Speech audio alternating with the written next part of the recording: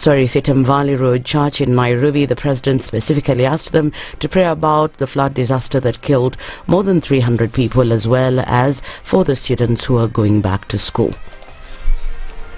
Our children are opening school on Monday. I want you to pray over our children so that when they go to school, they be safe and they can get what education offers, and they can also be mentored into responsible citizens. Even in the midst of many challenges, it is well. I am reminded of the words of Daniel 11:32 that says, "But those who know their God, they will be strong."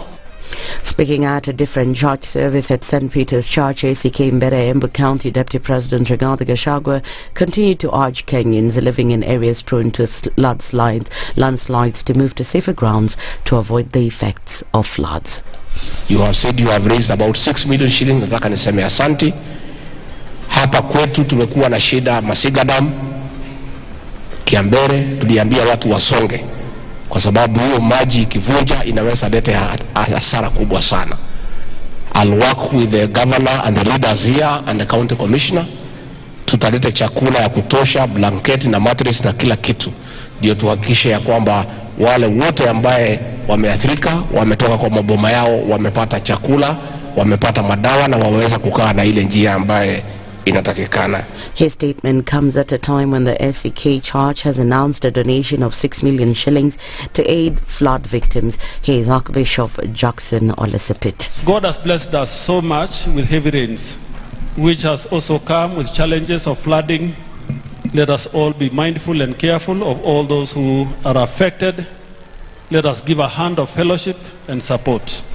Your Excellency, as a church, through our Anglican Development Services, we have mobilized little resources through the ADS South Rift to a tune of nearly 6 million Kenya shillings to assist the families affected by the floods.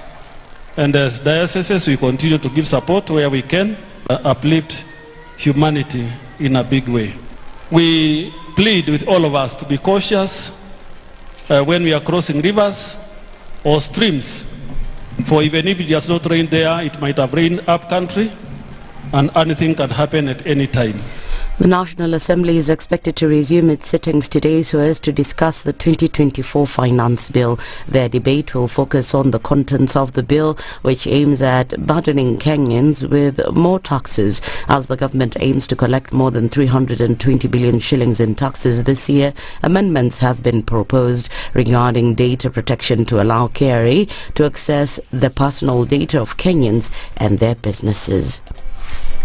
There is no way you can tax a particular business or a particular activity and the impact will not be felt across many other sectors and many other industries and other aspects of society, because the economy is interdependent. I mean, we provide service to, this station provides service to some other aspects of the sectors, and so if you are taxed, then the cost will go up to the others, and the others will pass on that cost again.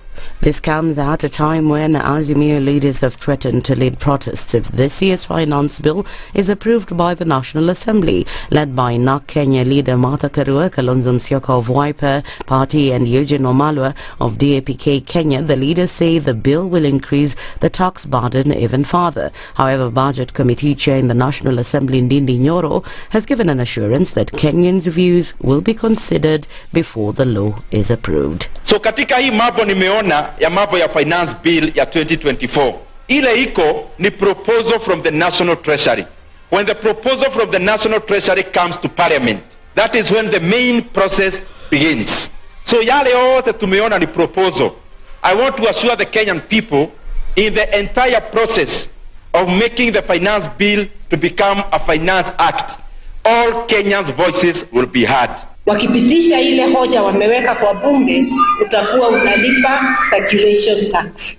Hiyo inalingana tu na ile poll tax mzungu alitutosha wakati ambao tulikuwa kwa ukoloni. Kodi ni lazima ilipwe, sababu lazima serikali ipate pesa ya kujiendelesha. Lakini huwezi ukatosha kodi mpaka ukaondoa chakula kwa sahani ya mnyonge. That's the Newswire. I'm Lea Ubaga.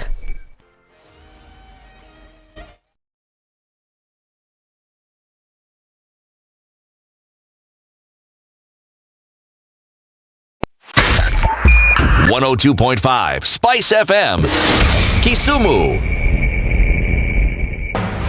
The following takes place from 6 a.m. to 10 a.m. every weekday on SpiceFM. You tune into Kenya's biggest conversation. My name is Ramanya. Amen. Amen. So 1 hour is over? Yeah. Oh yeah. Okay. It gets over. Can you imagine in 20 minutes? What the big boys have also done? I'm very proud of myself. When you understand about partnership in politics, it's like the way marriage is these days. When you're looking for a wife, you're like, oh, maybe you can help me pay for fees as I pay for the rent. Why should you have a lioness living in your bedroom? I have to tell you a story. I went for a prayer meeting, which was called for the spouses of candidates for senators and governors. And when I got to the gate, the lady who was the secretary, she refused to. She's telling me, no. Leo tunataka wa mama. Leo ni wa mama. I'm telling her, no. She said, no, sio siku yenu. And I thought, there's a problem here, because if it was a man, but this was a lady. It will be called First Ladies until you change the name. The Situation Room, Kenya's biggest conversation. If a lion shows you its teeth, it doesn't mean it likes you. It doesn't mean it likes you. It won't start. A liar calls as witness one who is either dead or far away. Say it in Bello, Nintinte, Yeninter, you Makati Kadikta. This character called liar. He has disturbed people. So when you tell him who are your witnesses, he will take you to a place where it is difficult to verify. For someone like me who sweats a lot, I cannot survive there. Sweating is biblical. And you must blame it on Adam, not me. Because Adam messed up and he was told, now you fellow you, by the sweat of your brow, thou shalt eat. The Situation Room, Kenya's biggest conversation. The man who looks at a beautiful girl and doesn't talk to her will end up serving lunch at her wedding. Aya, City, do like that. My father has killed a mouse. Will he fail to kill a man? Ameua panya. Small mammal, big mammal. Mtu atamshinda. What are they saying? How are we comparison? I mean, you kill a mouse. What are they saying? What they're saying is, my father has killed a mouse. Will he fail to kill a man? Name, surprise. Someone's name.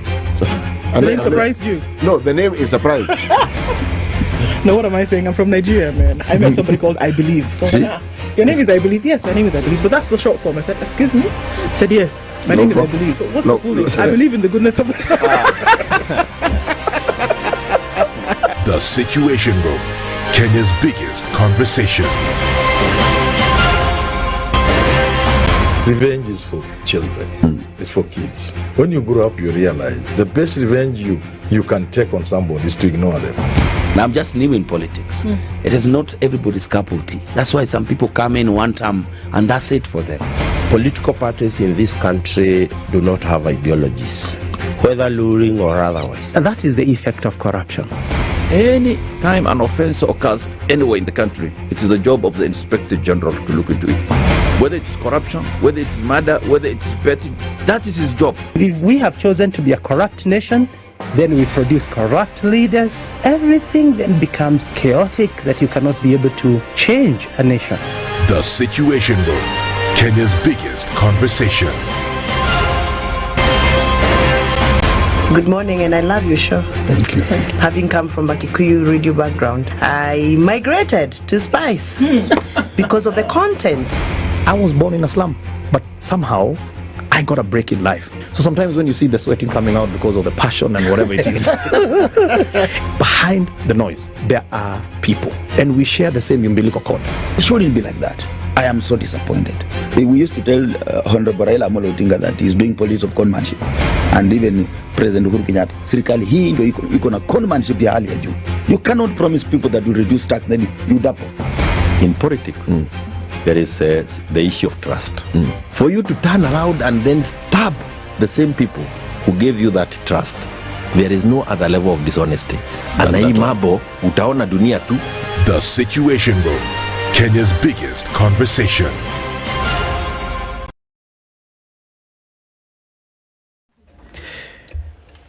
Okay. How are things looking like on the road this morning? They are looking okay, not so bad, not as horrible as you'll expect to find them later on this morning. Okay, all roads basically are just flowing. Let's check out how they'll be looking like in about 1 hour or so. At about 7:30, peak traffic time, we'll have better updates.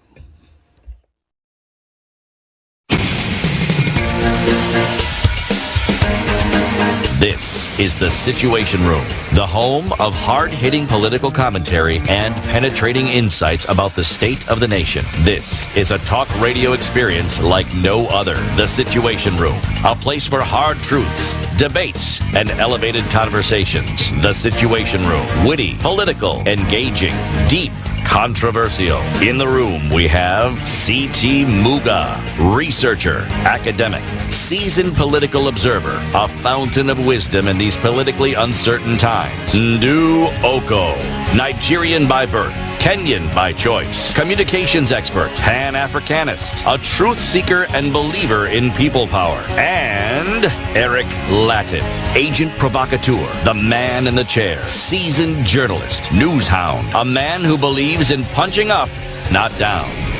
This is The Situation Room, the only way to start your day. Mambo Namnagani, welcome to Monday. It's the 13th of May, 2024.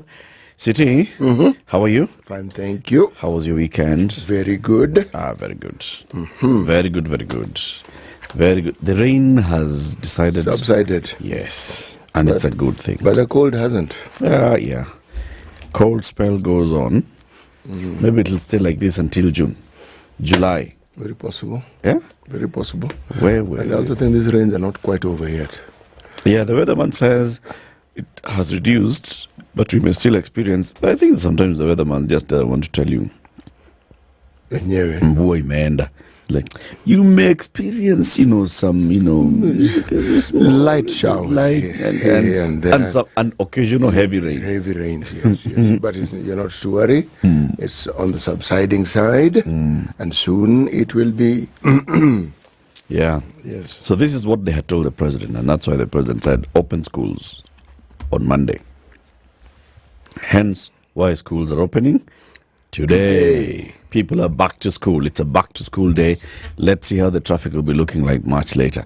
Good morning, everybody. We're live streaming the show as usual. Are we there? Yes, we are. We're there on YouTube, on Facebook. Kila mahali, tuko sawa kabisa, tuko mgangari on SpiceFM, on Radio Garden and the others. I know we have some issues with our sound. Please bear with us. We will sort it. These are challenges. Mambo hii maisha. Let me tell you what we shall be discussing today. At 7 a.m., we'll be joined by a member of the County Assembly of Nairobi City County. And her name is Nazra Nanda. She will be here to talk to us about the safety of Nairobi buildings. Remember, did you see that building that came tumbling down in Kangemi? Then now it was brought down. There's several angles to this story. If you look at that building, it looks like it's not one of those buildings that you just put up a building and you run away. The developer had clearly put up this thing as... It was a good investment. Yeah. So what went wrong? Those are the questions. Because even the stories as we saw them is that the developer was constantly in touch with her tenants and saying, guys, please, we're really, really concerned about your safety. If you notice anything, just let us know. That building has come down. So let's start from that developer's point of view. Yes. This is a multi-million shilling investment. It is. Put up here. Maybe with loan, maybe without loan, whatever the case. But it has a cost. It's a cost. Yes. And the building is down. Yes. Okay? Yeah. Then we have the tenants who are living here. Yes. The good thing, and we thank God, is that nobody was injured in this incident. Yes. But they've had to move. Okay? Yes. Now the Nairobi City County is saying, no, stop, halt, no more development, no more approvals, because we want to see what... This MCA called Nazra, last year, she had moved a motion in the County Assembly of Nairobi and said, we want an audit of all structural safety of our buildings in Nairobi and the approval procedures in Nairobi. How far did that bill go? The Assembly actually said yes to that, and the motion passed.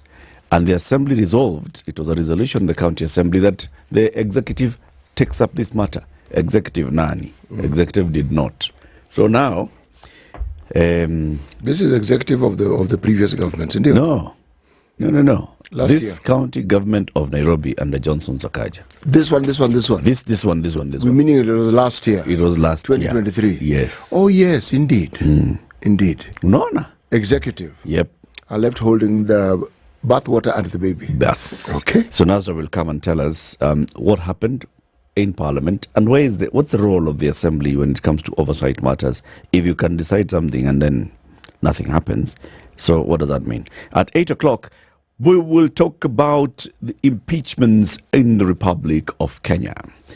Mithika Linturi will be the point of discussion as Parliament holds a special sitting today, summoned by the Speaker of the National Assembly, so that they can consider a report by the select committee that was formed to investigate Mithika Linturi's impeachment.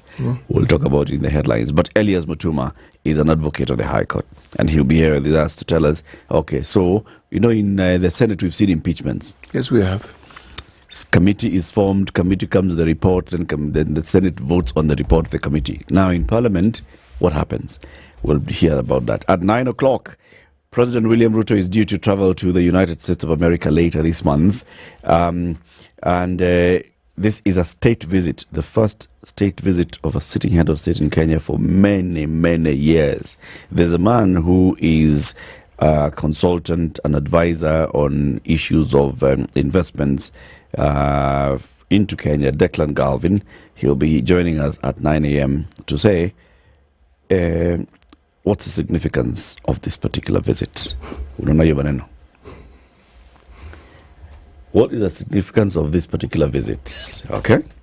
Maneno iko namna hiyo. So as we lead up to this state visit, we shall have several conversations with different people about it. Haya, 18 minutes after 6. It's time for us to do the weather forecast, and then thereafter we shall do the thing that we normally do, which is acknowledge the presence of everybody who's online. This is the Situation Room, the only way to start your day. The weather with SpiceFM. Okay, first of all, we didn't tell you. So Ndu is away this week. She's taking a break, a much needed moment to just sit, relax, kabisa, chill out. So let me tell you what the weather is looking like. It's cloudy conditions in Nairobi, highs of 16 at present. It'll rise to 25 and lows of 14. Kakamega, clear skies at 16. Mombasa, mostly clear at 25. Where is this? Malindi. Malindi is here. Mostly sunny day today at 27. Kisumu, clear skies at 19. Nakuru, partly cloudy at 14. Nyeri, mostly cloudy at 16. Eldoret, wapi Eldoret nakuaga mahali hapa. Okay, now let's go to Kakamega. Clear skies at 12. And then Dar es Salaam, mostly clear skies at 24. Lagos, partly cloudy at 27. Kampala, mostly clear at 20. Kinshasa, clear at 25. Mogadishu, partly sunny at 26. Addis Ababa, sunny at 14. Sunny at 14. Paris, mostly cloudy at 16. Kinshasa, clear skies at 25. And New York, clear at 10. Mature, intelligent talk every morning. Spice up yourself.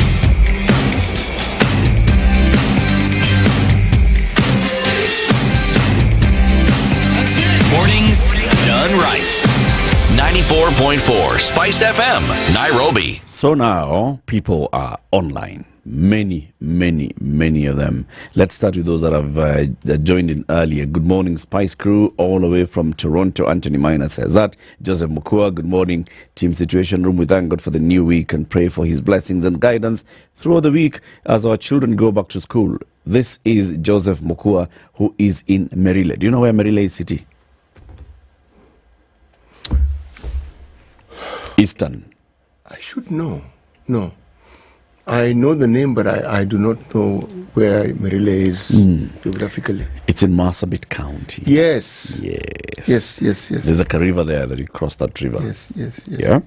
So he's in Merile. Rogers Nyange, good morning from Voi. Tanoteka, wake up. Rochester, Minnesota. Good morning. Hope you all had a weekend. We are alive in Atlanta. That's Zeke. Jim Cub Gateway. Good morning from Jim Cub. Geoffrey Mugaka, good morning. Do City, Eric and Nyaboke. Mombasa, Eco Locked. Looking forward to another beautiful week. Ricardo Mariera, Kings and Queens. Good morning from Embu. Leo, hello, Princess Ndu. CT and Eric and Ednah. Narcissist system. Propose ridiculous proposals. Release bots to say all manner of things. Then reduce and congrats yourself for listening to the masses. Wow. You've analyzed that thing.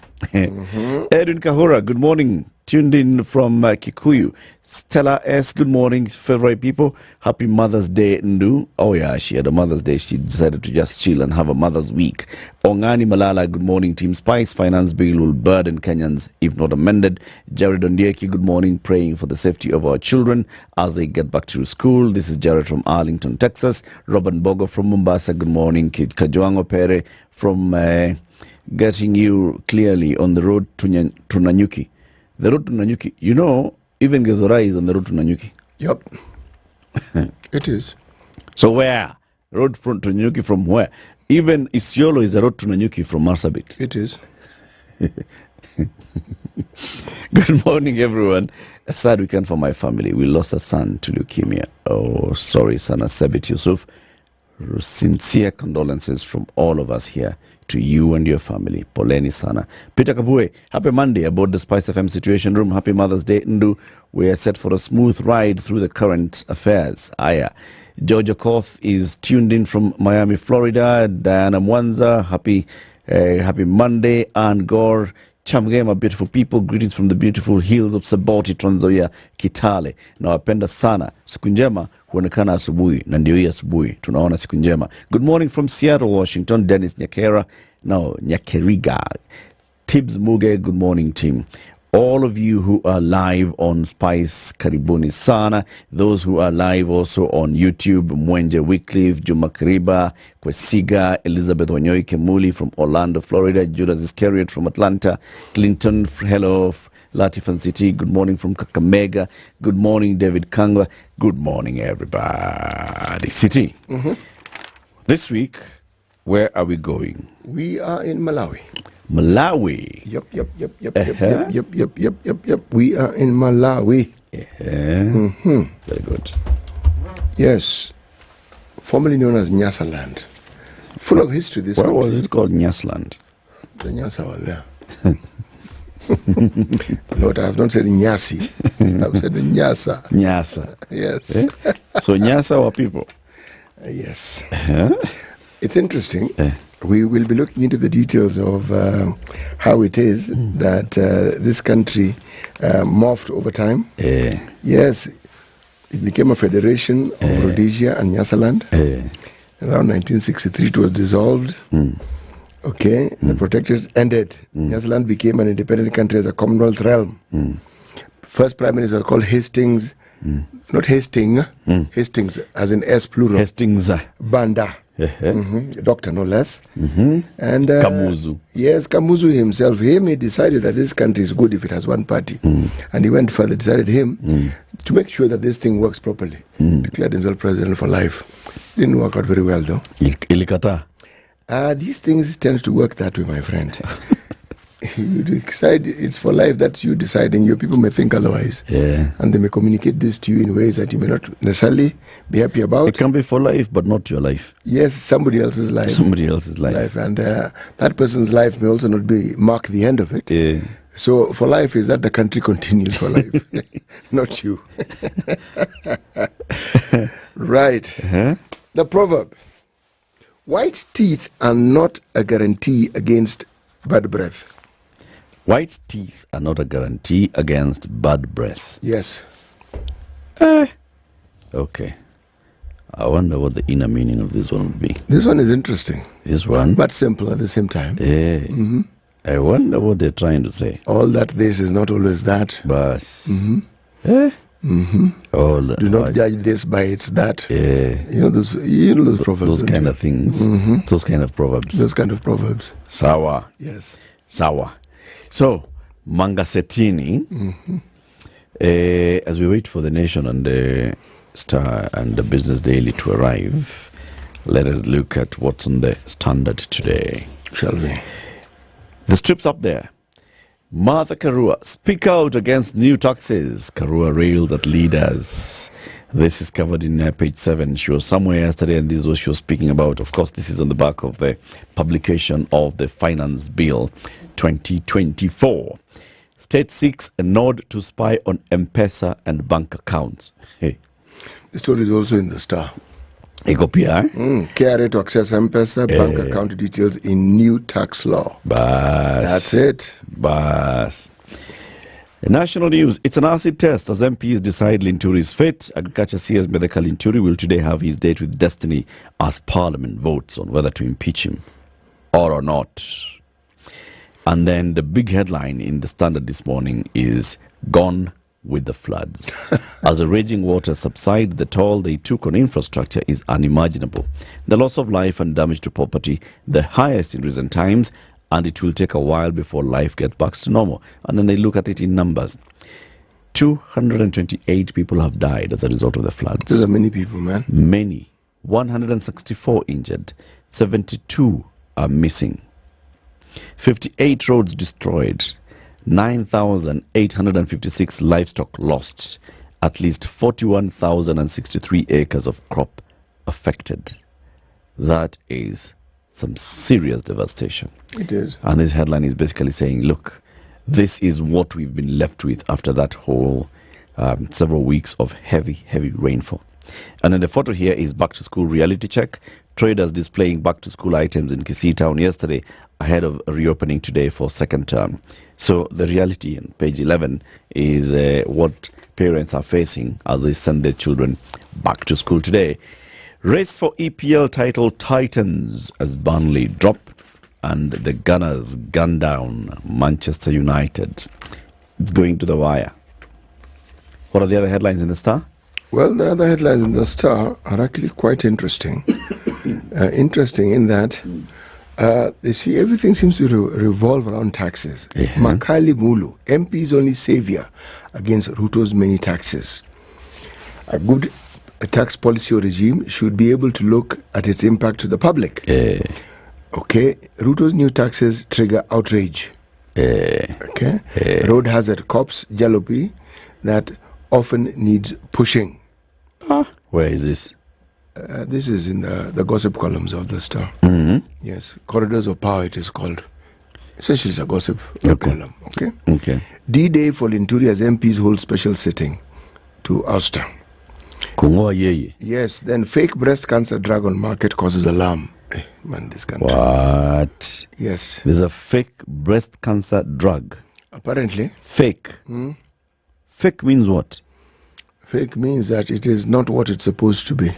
It bears the name, probably bears the packaging, but the effects are not what is intended. Somebody has gone and just copied everything about it except the ingredients that make it potent. Good Lord. Yeah, this is not, it's not good news, my man. AstraZeneca, Kenya safe as COVID vaccine recalled. That's what they keep saying, isn't it? So Kenya is safe how if you've recalled it? You know, that is one of the reasons why we look at the story and we will find out exactly what it is that they are talking about. That is just krekre. Yeah, no, it's not fun. That's not pleasant at all. It's not fun. It's not pleasant at all. So the headline in The Nation today, let's start with the smaller ones. Title race down to the wire as Arsenal beat Man United to pile the pressure on Man City. Then from lofty jobs to court corridors, ex-governors fight graft allegations. So it's just looking at those former governors who are now facing corruption cases. Who thought it was safe to get out of the water, isn't it? Yeah. So now, wanakipata-pata, wana deal nayo. NTSA back on the roads as schools reopen. Azimio threatens demos over a new finance bill. And then bang in the middle of the paper. MPs let Linturi off the hook in probe. So the story, according to the Nation, is that they have leakage of what the report by the special select committee has come up with. And they've basically decided, there's nothing to impeach Linturi with. Nothing. The case does not hold any water. If you're surprised, please just sit at the corner. We'll talk to you later. Yep, we'll have a conversation about this later. We'll have a conversation about this later. Sawa. So in the meantime, let's first take a look at the roads and how they're looking like, what we expect to see later on today at 29 minutes to 7. This is the Situation Room, the only way to start. Thank you very much, Eric, and it's good to be at the Situation Room. Always a pleasure coming here. This is the most challenging interview panel in Kenya. You guys are very well informed, and as you can see, Charles today very philosophical. To be poor in this country is the greatest sin you can commit, not just from a legal perspective, but from life generally. It is very, very skewed. We've just heard on the floor of Parliament, just most recently, a leader within the ODM saying that Sisi ni ng'ombe is a baba. Yeah. Which means that you're willing to be milked dry. You cannot force me to believe. I'll give way. If it's land that I'm told to return to you, I will. Okay? Because the court has said so. But I'll continue saying, watu wamenirusha. That's all that I'm doing. The Situation Room, Kenya's biggest conversation.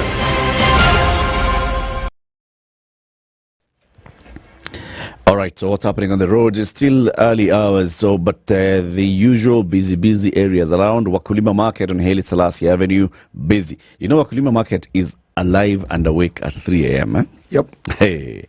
So now that road is busy, which means it affects Landis Road getting into town. And also traffic is building up around the City Stadium roundabout. Traffic is also busy at Makadara. You know what happens there as people are crossing the road and then people are getting into the Makadara train station. Thika Superhighway is busy as you get into Pangani Drift and then off into Wangari Maathai Road. But that is just it.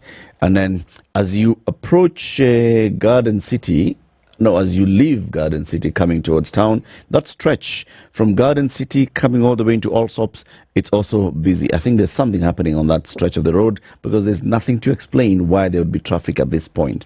This is that stretch from Garden City coming towards the city center.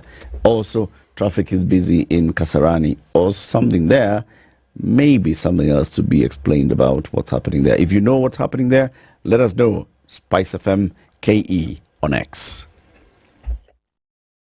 Mature, intelligent talk every morning. Spice up yourself.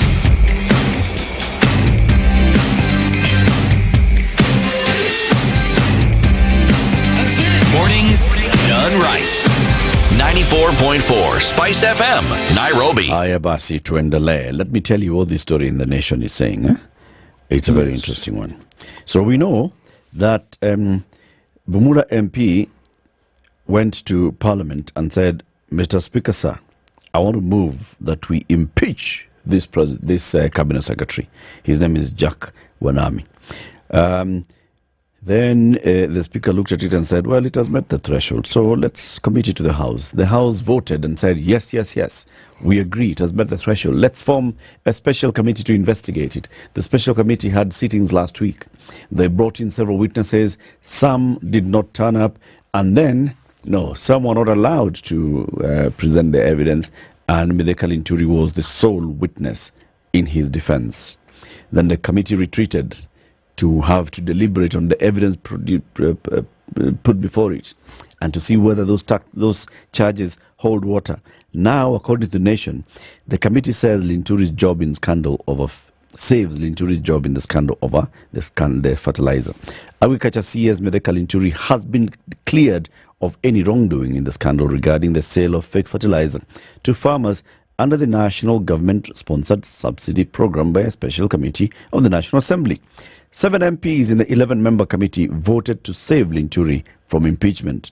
The committee that is chaired by Marsabit Woman Rep Naomi Okoh was formed to investigate the grounds for impeachment in a motion tabled by Bumula MP Wanami Wamboka. The motion was overwhelmingly endorsed by 149 MPs against 36, paving the way for the establishment of this subcommittee. So the subcommittee then was formed, and it was an 11-member committee. Now, a member of the committee who spoke to the nation in confidence said members were carefully selected to, quote-unquote, save Linturi. He says, I don't know whether it's a he or a she, the MP says, I am not casting any aspersions, but if you look at the members representing the majority side, they were not chosen to investigate this matter, but they had clear instructions to exonerate the CS. They have a closed mind, and you cannot tell them anything. You cannot reason with them. But even as the committee made its decision, Wamboka, a first-time MP, will go down in history as the first lawmaker who stood with farmers against the purveyors of fake fertilizer. In his motion, Wamboka had wanted Linturi fired on grounds of gross violation of the Constitution or any other law, serious reasons to believe the CS had committed a crime under national law, as well as gross misconduct. Now the committee is bound by the Constitution to report back to the House within 10 days of its formation, which time frame ended on Friday last week. The MPs retreated to Agil Grand Hotel on Mombasa Road to write its report ahead of its tabling before the special sitting of the House today. The Constitution says that if the Select Committee reports that it finds the allegations unsubstantiated, no further proceedings shall take place. Meaning, if this report comes to the House and says no case to answer, the jury goes back to Nini and says, si niliwaambia, hii ni mambo tu ya wish hunt. Okay. Hii niliwaambia. Did you expect any different, City? Personally, yes. Really? Not because of the MPs, but anything that happens in this country, beginning with the taxes and ending with the taxes, I always see a bigger hand playing in this particular arena. And the arena that we've entered with this borrowing that seems to focus on World Bank and and other such bodies, one of the things that they often push for is something called good governance. Yes. And a key agenda in good governance is the eradication or visible attempts at eradicating corruption. Right. So if I take the view that these individuals who seem to be very keen on bailing us out every so often, if they put the screws on, I actually was of the opinion that this particular one was this particular gentleman may actually be the first casualty of the screw that is actually being applied. But again, since I've never declared myself a prophet, I will leave my analysis to myself. Leave it there. But I had actually seen it a bit differently. Yes. In that, and I see the sense. I see the angle that you bring in. You know, that the external hand of our benefactors comes in and says, you know what, among the things that we expect to see is a visible and committed fight towards corruption and an attempted good governance. Yes. Okay, which actually adds on to my story. And my story is this: that in the attempted good governance, right now on paper, everything is showing that we have an independent parliament. Parliament can initiate a motion to impeach a cabinet secretary on grounds of, misconduct, violation of the law and constitution. Parliament can vote. A matter can actually be heard, and members of Parliament, independent as they are, can decide on the fate of this particular matter. And the proceedings are conducted openly, publicly. Even voting on the floor of the House is done openly, publicly. What do you want to call? What is that if that's not good governance? That is good governance. That is democracy at work. It is. However, if it was indeed a bit about serious action on corruption, the one person who has the power to do this is the president. The president has the power and the prerogative to unquestionably fire and say, or tell you, or even suspend a cabinet secretary. He is the one he doesn't need a vote. He doesn't need to explain himself. He just needs to say, I have seen these issues. Even he has spoken publicly about the issue of fake fertilizer and said, I want investigations. He could have come out and said, I have seen the public outcry, and yes, I have seen that this is a serious matter, and I have received a report, preliminary investigation showing that indeed there was some bad fertilizer that was distributed, and I have asked my cabinet secretary to step aside as we conclude these investigations. Yes, but he didn't do that, did he? He didn't do that. He has the power. Nobody would question him for doing it. So one could also argue... The other thing would be, this matter going to Parliament, if the powers that be actually said, you know what, MPs, vote with your conscience, vote with your mind, vote with your thinking, right? And you let it flow. And Parliament actually does impeach a cabinet secretary. That is basically telling President William Ruto, we have fired your minister. You could not act. We have acted. That's bad rap on the president. Politically, that doesn't look good at all, because you touch one, there is blood in the ocean. Blood in the waters, there is definitely. blood in the waters. Yes. Then what happens to any other, you know? Yes. If I was a president, I would not allow this thing to happen. You see, this is the thing about our politics.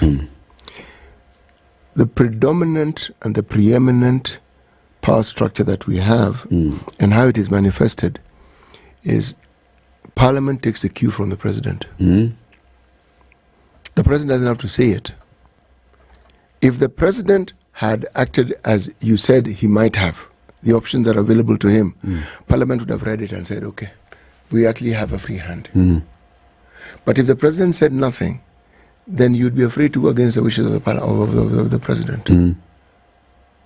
And in the previous government, we talked about state capture, isn't it? That was a preamble. This one is it. It is actualization. This is that other one was play acting, showing shortly, coming soon, just so that you have an idea. This one, where you have members, one can more or less predict with accuracy that this is how Parliament is actually going to vote. Now, as I said, I was of a different opinion. Because I looked at that whole... I'd seen others actually. We had a conversation with several colleagues as well in this house. And they were saying, you know, hii hata tumeongea na watu wa Kenya Kwanza wanasema tumeambiwa hii tufanye kazi. I was like, really? Really? I actually just sat back and looked at, if I were William Ruto, and I am the president. This president is a very political president. He's very political minded. He's serving his first term. If it was the second term, you could say, kaende. You know? This is first term. You're coming back. Do you know what the campaign messaging would be? John Badi stood in the floor of the house and said, this guy wants his skunk, let's give him his skunk. Now his skunks are failing. This guy can't even appoint ministers. He's just appointing corrupt people who are incompetent. Look, Parliament had to come and save Kenyans from this. Why would we elect this guy again? You know, it does not look good at all for him politically. No, it doesn't. Then on the other hand, somebody else also argued that, you know, because these were all political appointments, and there was something in it politically, I promised you, I mean, you stand with me, so I don't appear to be the one who has fired you. I let it be. The others will fire you. Let it run its course. Let it run its course. But which one is... Well, as you say, we live in very highly charged political times. The truth of the matter is this, one can never accurately predict because we don't have all the facts. A lot of what we say is based on conjecture, analysis, and our understanding of our political situation. But if indeed what the nation has published has any element of truth to it, it doesn't forebode well.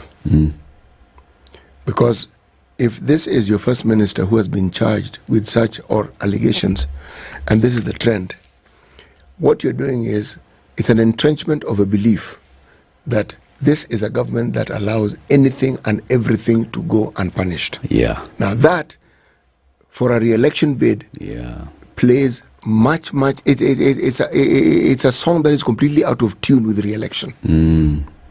Because people will not forget. And you see, it comes at a terrible time. It comes at a time when we have other calamities that have nothing to do with his presidency. If climate change decided to change horribly, it has nothing to do with him. Yep. If there are floods, it has nothing to do with him. The faults that the Rift Valley has always been prone to what we're seeing in Mai Mahiu. Yep. Okay? Yep. Now, that is not how people will see it. Once the narrative takes hold that this is a government that doesn't care and isn't concerned, see, that is not true. The government does try to do what it can. Problem is, government never talks about what it's doing. Yeah. The focus is on a high-ranking official like the deputy president, the president going to a place. So anything that is done elsewhere is not seen, nor talked about. Then we'll be told, it's you, the media. And I'll say, actually, no, we actually report everything. It may not be headlines, but bear in mind, the business of journalism is not necessarily about the truth. It's about news. Okay? You need to distinguish the two.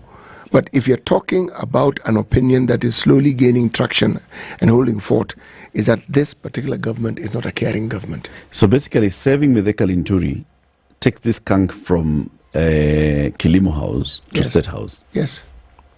Right? Yes. And says, from the very top, even with all the concern about, fake fertilizer, even with a DPP confirming that investigators have found there are people who are culpable, that there was indeed some mischief here. Yes. Even with all that, politically,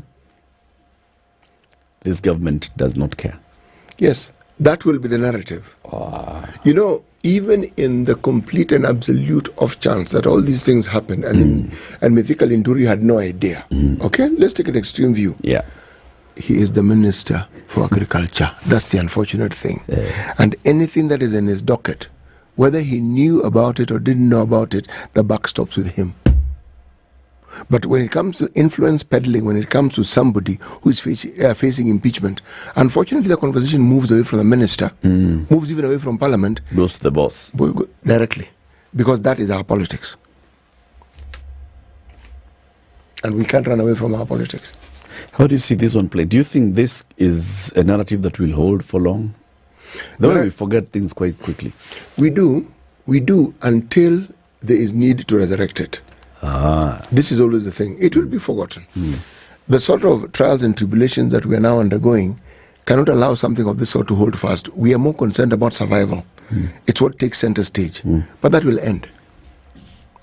And people will look for someone to blame. At some point, it comes back. It'll come back. Usually it comes back when you least want it and at the most inopportune time. But it will come back. Okay. Yes. Tell us that story that you were reading. The one in the Star. Let me get to it. Right. The Star has many stories today. Star has very many interesting stories. News.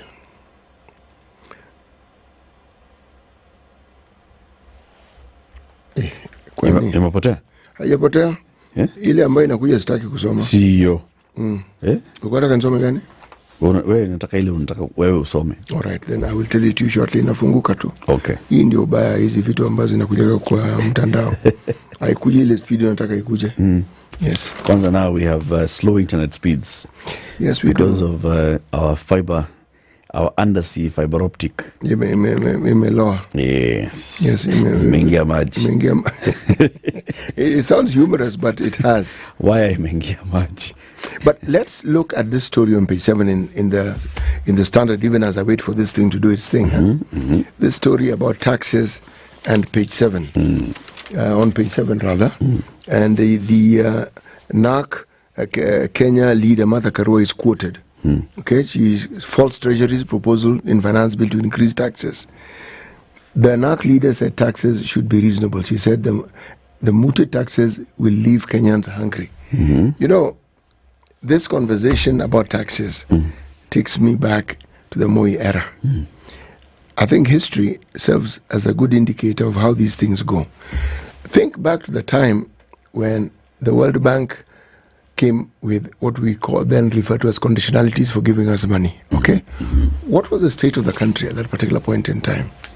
Remember, we had gone to a free-for-all setup where interest rates were doing what they wanted. Yep. Okay? Yep. People keep talking about lending to the government.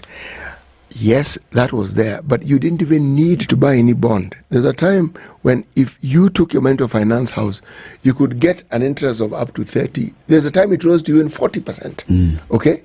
This is interest. Now, if the banks were paying you for your deposit, that sort of amount, what do you think they were charging those who then sought to borrow? Was it really possible to borrow? But it tells you that the thread that holds our financial institution together was beginning to break. Now, many finance houses collapsed at that particular point in time. Yeah. Okay? And they collapsed with people's monies. But the conditionalities then came in. That's when we were actually being instructed as to how to go about our business. Okay? And the reason was we appeared to have been unable to, the fiduciary discipline that was discovered to run, determined to run a country, somehow we had let go of it. So somebody come and said, okay, we'll give you the money, but then we're going to tell you exactly what to do. Why am I going back into history? We are at such a time. All these taxes, the president lives in this country. You think he doesn't know? He knows.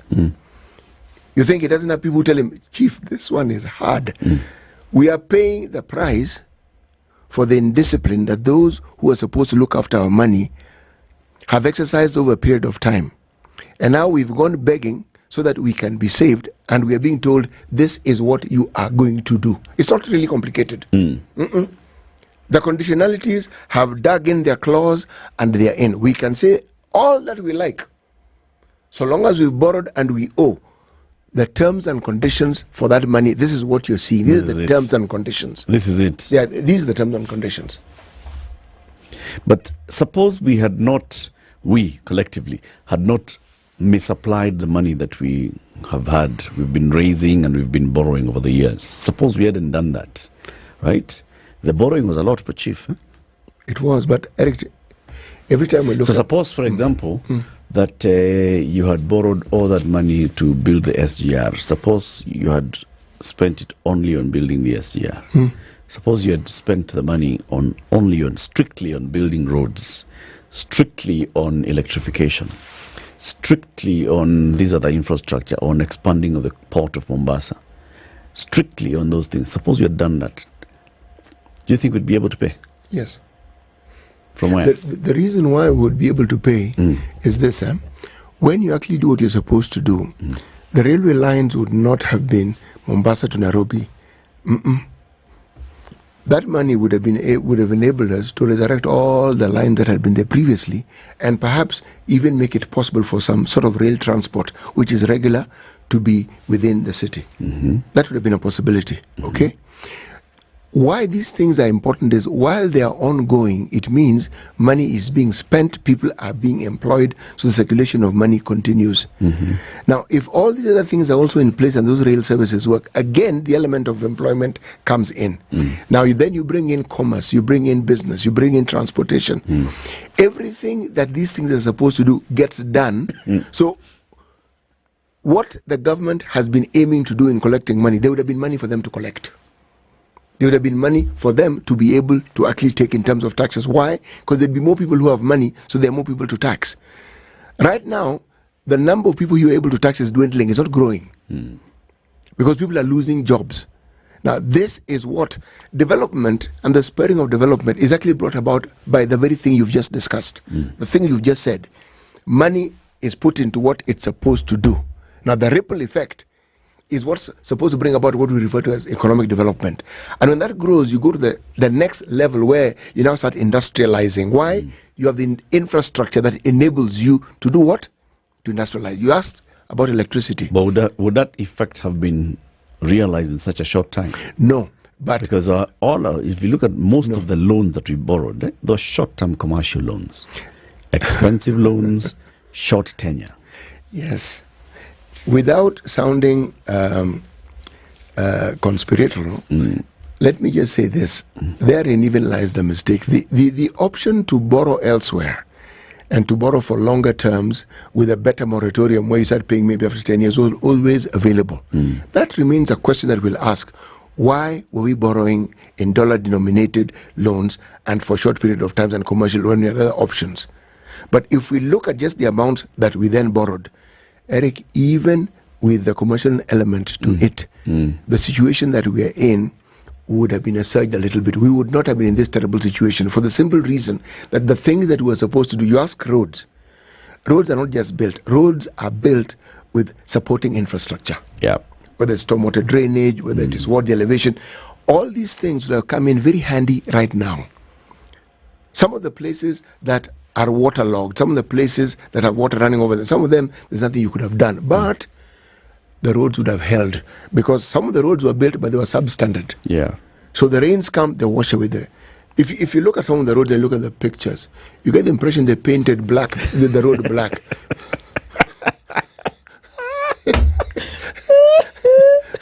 And so long as it was not raining, it was okay. Then it rains, the black tire disappeared. Kabisa. Then you have this hole in the middle of the road. There would have been significant changes. There would have been. Many of the things that we do that are supposed to help or spur development, yes, you don't realize the benefits immediately, but they do come. The best example we like giving is the Thika Superhighway. One didn't see the benefit immediately, but the benefits did come. You could see. Oh yes, it did come. It changed. That road changed very many things. Yeah, that's true. That's true. Very, very many things. Now we have the finance bill that has been published. Yes. Right. It's proposing an expansion of a couple of things here. So there are some taxes that are being lowered or dropped altogether. There's some taxes that are being introduced in the proposals containing the finance bill. All right. Yes. And we shall be talking about the finance bill in coming days. And ramping up the pressure and creating more awareness, because that's what we do here in the Situation Room. But then, so the finance bill is looking at how much can we raise on the back of how much had we targeted to raise in this financial year that's coming to an end next month, and what have we achieved in those targets. Even Parliament has told the National Treasury, you guys came and you said that you're going to raise 3 trillion. You cannot even raise 2.5. You have failed in raising that amount of money. So the National Treasury is now coming to say, okay, maybe we try and get now money from this other quarter. What should Parliament be telling the National Treasury? That's the question that we need to be asking ourselves. What is it that we need to tell Parliament so that Parliament can tell the National Treasury in terms of these revenue targets? Are they realistic? Are they not? And if they're not realistic, then what should we say is realistic? Whatever you want to achieve is understood. I would ask the question, are you going about it in the best way possible? Because if what you are saying is already meeting resistance and outrage, you will certainly not be able to attain or achieve your goals. Yeah. So how do you achieve your goals? By bringing everybody in so that they can actually participate and join hands with you. Because when they do, you might be able to achieve your targets. If they resist, you will definitely not be able to achieve your target. And the unfortunate thing is, if that wind of resistance catches steam, you will achieve infinitely less than you ever thought you'd achieve. It appears like the National Treasury is looking at taxing in everything that you do. In every small transaction in the bank, there is excise duty, and then they want to introduce VAT on bank transactions. There's excise duty, and they want to introduce VAT on M-Pesa and phone transactions. Yes. Because they know everybody nowadays is on the phone. Yes, we they're are. transacting, Yes, they're calling, they're buying airtime. Yes, we we no are. longer buy airtime with cash at his scratch card. No. It's you're buying digitally. So all these things, this is where we're going to catch you. Everything you do, you turn like this, Lipa excise. You walk 2 steps, excise. Another 3 steps. All these things work if the people are with you. If they support the initiative, they will do it. They will do it and it will work. If they don't, maybe the conversation will be, what does the government need to do to bring people along this journey that the government is... Yes, so that they are willing to walk with the government. Yeah. Yes. All right, time for the news. Keep it here. In the next hour, we talk to a Nairobi MCA about the safety of buildings in the city. 7 a.m.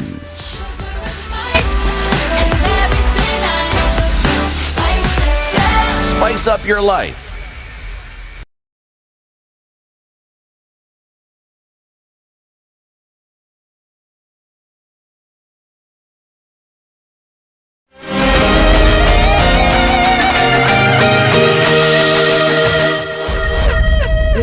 This is the News Wire. I'm Leah Ubaga. Even as schools reopened today, news just in is that chaos have erupted at the Guardian bus terminal in Nairobi when parents who had previously secured tickets for their students were denied boarding. They are informed that their travel would be deferred to Wednesday as regular passengers are being given procedure. And President William Ruto has called on religious leaders to pray for the nation due to the various plagues facing Kenyans. Addressing members of Sitem Valley Road Church in Nairobi, the president specifically asked them to pray about the flood disaster that killed more than 300 people, as well as students who are going back to school. Our children are opening school on Monday. I want you to pray over our children so that when they go to school, they be safe and they can get what education offers, and they can also be mentored into responsible citizens. Even in the midst of many challenges, it is well. I am reminded of the words of Daniel 11:32 that says, "But those who know their God, they will be strong." Speaking at a different church service at St. Peter's Church, ACK Mbere, Embu County, Deputy President Rigathi Gachagua urged Kenyans living in areas prone to landslides to move to safer grounds to avoid the effects of floods. You have said you have raised about 6 million shillings. Nataka niseme asante. Hapa kwetu tumekuwa na shida Masiga Dam, Kiambere, tuliambia watu wasonge kwa sababu hiyo maji ikivunja inaweza leta hasara kubwa sana. I'll work with the governor and the leaders here and the county commissioner. Tutalete chakula ya kutosha, blanketi na mattress na kila kitu. Ndio tuhakikishe ya kwamba wale wote ambaye wameathirika, wametoka kwa maboma yao, wamepata chakula, wamepata madawa na waweza kukaa na ile njia ambaye inatakikana. His statement comes at a time when the ACK Church has announced a donation of 6 million shillings to aid flood victims. Here's Archbishop Jackson Olesepit. God has blessed us so much with heavy rains, which has also come with challenges of flooding. Let us all be mindful and careful of all those who are affected. Let us give a hand of fellowship and support. Your Excellency, as a church, through our Anglican Development Services, we have mobilized little resources through the ADS South Rift to a tune of nearly 6 million Kenya shillings to assist the families affected by the floods. And as dioceses, we continue to give support where we can, uplift humanity in a big way. We plead with all of us to be cautious when we are crossing rivers or streams, for even if it has not rained there, it might have rained up country, and anything can happen at any time. The body of a 42-year-old Kirinyaga businessman who drowned in River Sagana was retrieved 10 days after the tragedy. The body of Samuel Kamau, commonly known as Chakaka, was found a kilometer downstream from where his car plunged into the Dip River at 11 p.m. on May 9th. Kagwanja met the accident at the river, which borders Murang'a and Kirinyaga County, while he was traveling home from Murang'a. The National Assembly is expected to resume its sittings today to discuss the 2024 Finance Bill. Their debate will focus on the contents of the bill, which aims at burdening Kenyans with more taxes. As the government aims to collect more than 320 billion shillings in taxes this year, amendments have been proposed regarding data protection to allow KRA to access the personal data of Kenyans and their businesses. However, Budget Committee Chair in the National Assembly, Ndindi Nyoro, has given an assurance that Kenya's views will be considered before the bill is passed. So katika hii mambo nimeona ya mambo ya finance bill ya 2024, ile iko ni proposal from the National Treasury. When the proposal from the National Treasury comes to Parliament, that is when the main process begins. So yale yote tumeona ni proposal. I want to assure the Kenyan people in the entire process of making the finance bill to become a finance act, all Kenyans' voices will be heard. Wakipitisha ile hoja wameweka kwa bunge, utakuwa unalipa circulation tax. Hiyo inalingana tu na ile poll tax mzungu alitutosha wakati ambao tulikuwa kwa ukoloni. Kodi ni lazima ilipwe sababu lazima serikali ipate pesa ya kujiendelesha. Lakini huwezi ukatosha kodi mpaka utaondoa chakula kwa sahani ya mnyonge. That's the news wire. I'm Lea Ubaga.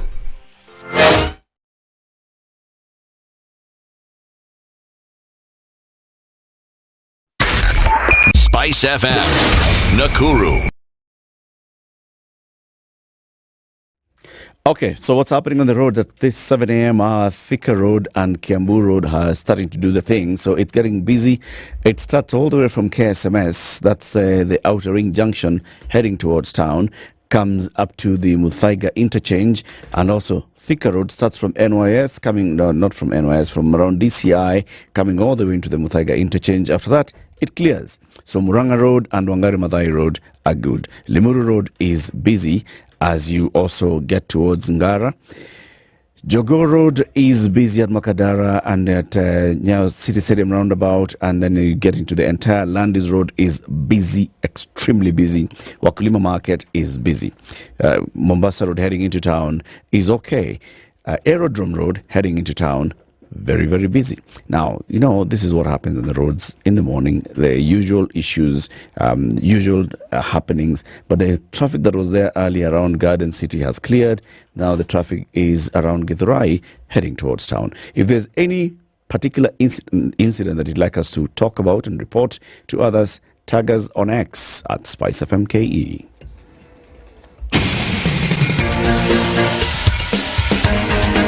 This is the Situation Room, the home of hard-hitting political commentary and penetrating insights about the state of the nation. This is a talk radio experience like no other. The Situation Room, a place for hard truths, debates, and elevated conversations. The Situation Room, witty, political, engaging, deep, controversial. In the room, we have C.T. Muga, researcher, academic, seasoned political observer, a fountain of wisdom in these politically uncertain times. Ndu Okoh, Nigerian by birth, Kenyan by choice, communications expert, Pan-Africanist, a truth seeker and believer in people power, and Eric Latiff, agent provocateur, the man in the chair, seasoned journalist, news hound, a man who believes in punching up, not down.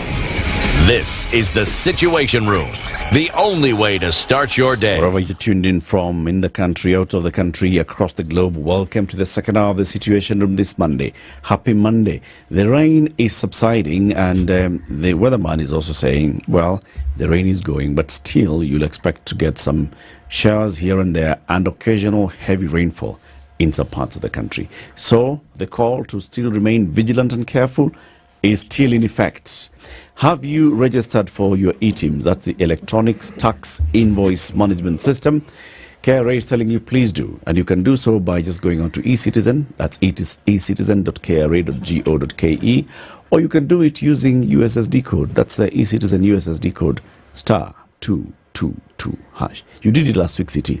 I did. You just did the *222#. Oh, I'm registered. And it was simple. When you do it, it's very direct. It's actually very simple, very direct. One of those few things which it actually works as advertised. It does, actually is. And even on the eCitizen platform, it's as simple as that. You go register, and now the next time you're issuing an invoice, you're required to issue an electronics tax invoice. So you just go into any of those two platforms. All you need is the PIN number of the entity that you're billing. If it's an individual, their PIN number. If it's a company, the company's PIN number. Just get to know the name. And then once you put the PIN number onto the thingy-majiggy, the platform, it'll automatically generate the name and tell you, is this the one? Charles Timothy Muga? You say, yes. And you go ahead. So put in the details. How much are you billing for what? Oh, I supplied CT with newspapers for the entirety of last month. How much per newspaper? This much. How many newspapers? This much. Total amount, this much. It generates a very beautiful invoice. And that invoice, you either click to email, or you can click to email and download, or you can just download it, and then you can print it and take it to CT, because CT anatakanga vitu hard copy. Check it. Or you can email Sisti, or you can even send it to him on WhatsApp. However, you have agreed that you shall present your invoice, the person that or entity that you're invoicing. It's that simple. So *222 what? # or ecitizen.kra.go.ke. We're going to have a conversation about Nairobi and the safety of buildings in this city of Nairobi. We are joined by a special elect MCA in the County Assembly of Nairobi, Nasra Nanda. Good morning, Mheshimiwa. Good morning. Welcome to the hot seat of the Situation Room. Thank you. Thanks for having me. Happy Monday. Thanks. Did you have a good weekend? It was a short weekend. Why? Because there's a lot to do. Really? Yes. You do many things on weekends. Weekends are meant for you to rest. Well noted. I'll take that advice going forward. So like now, this coming weekend, you should just chill and do like what City does. Watch Showmax. Okay. Yeah. Okay, I'll definitely do that. It's a very simple thing. Just go into Showmax. You can download the Showmax app on your Play Store, App Store, and then you can have Showmax on your TV. You can have Showmax on your tablet.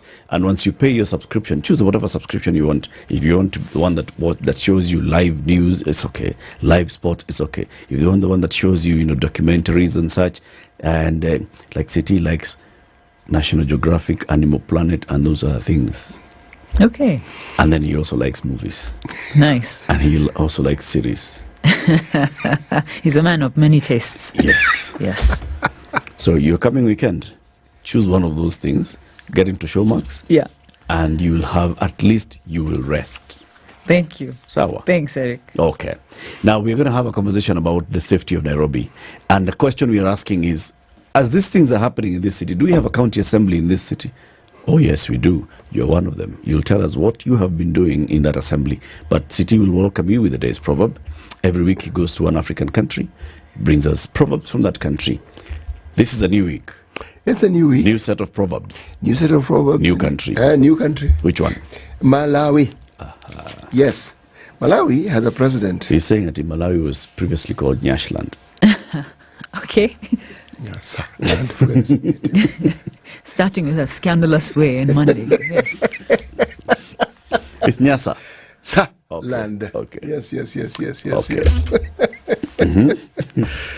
The president is somebody who is not unfamiliar with the country of Kenya.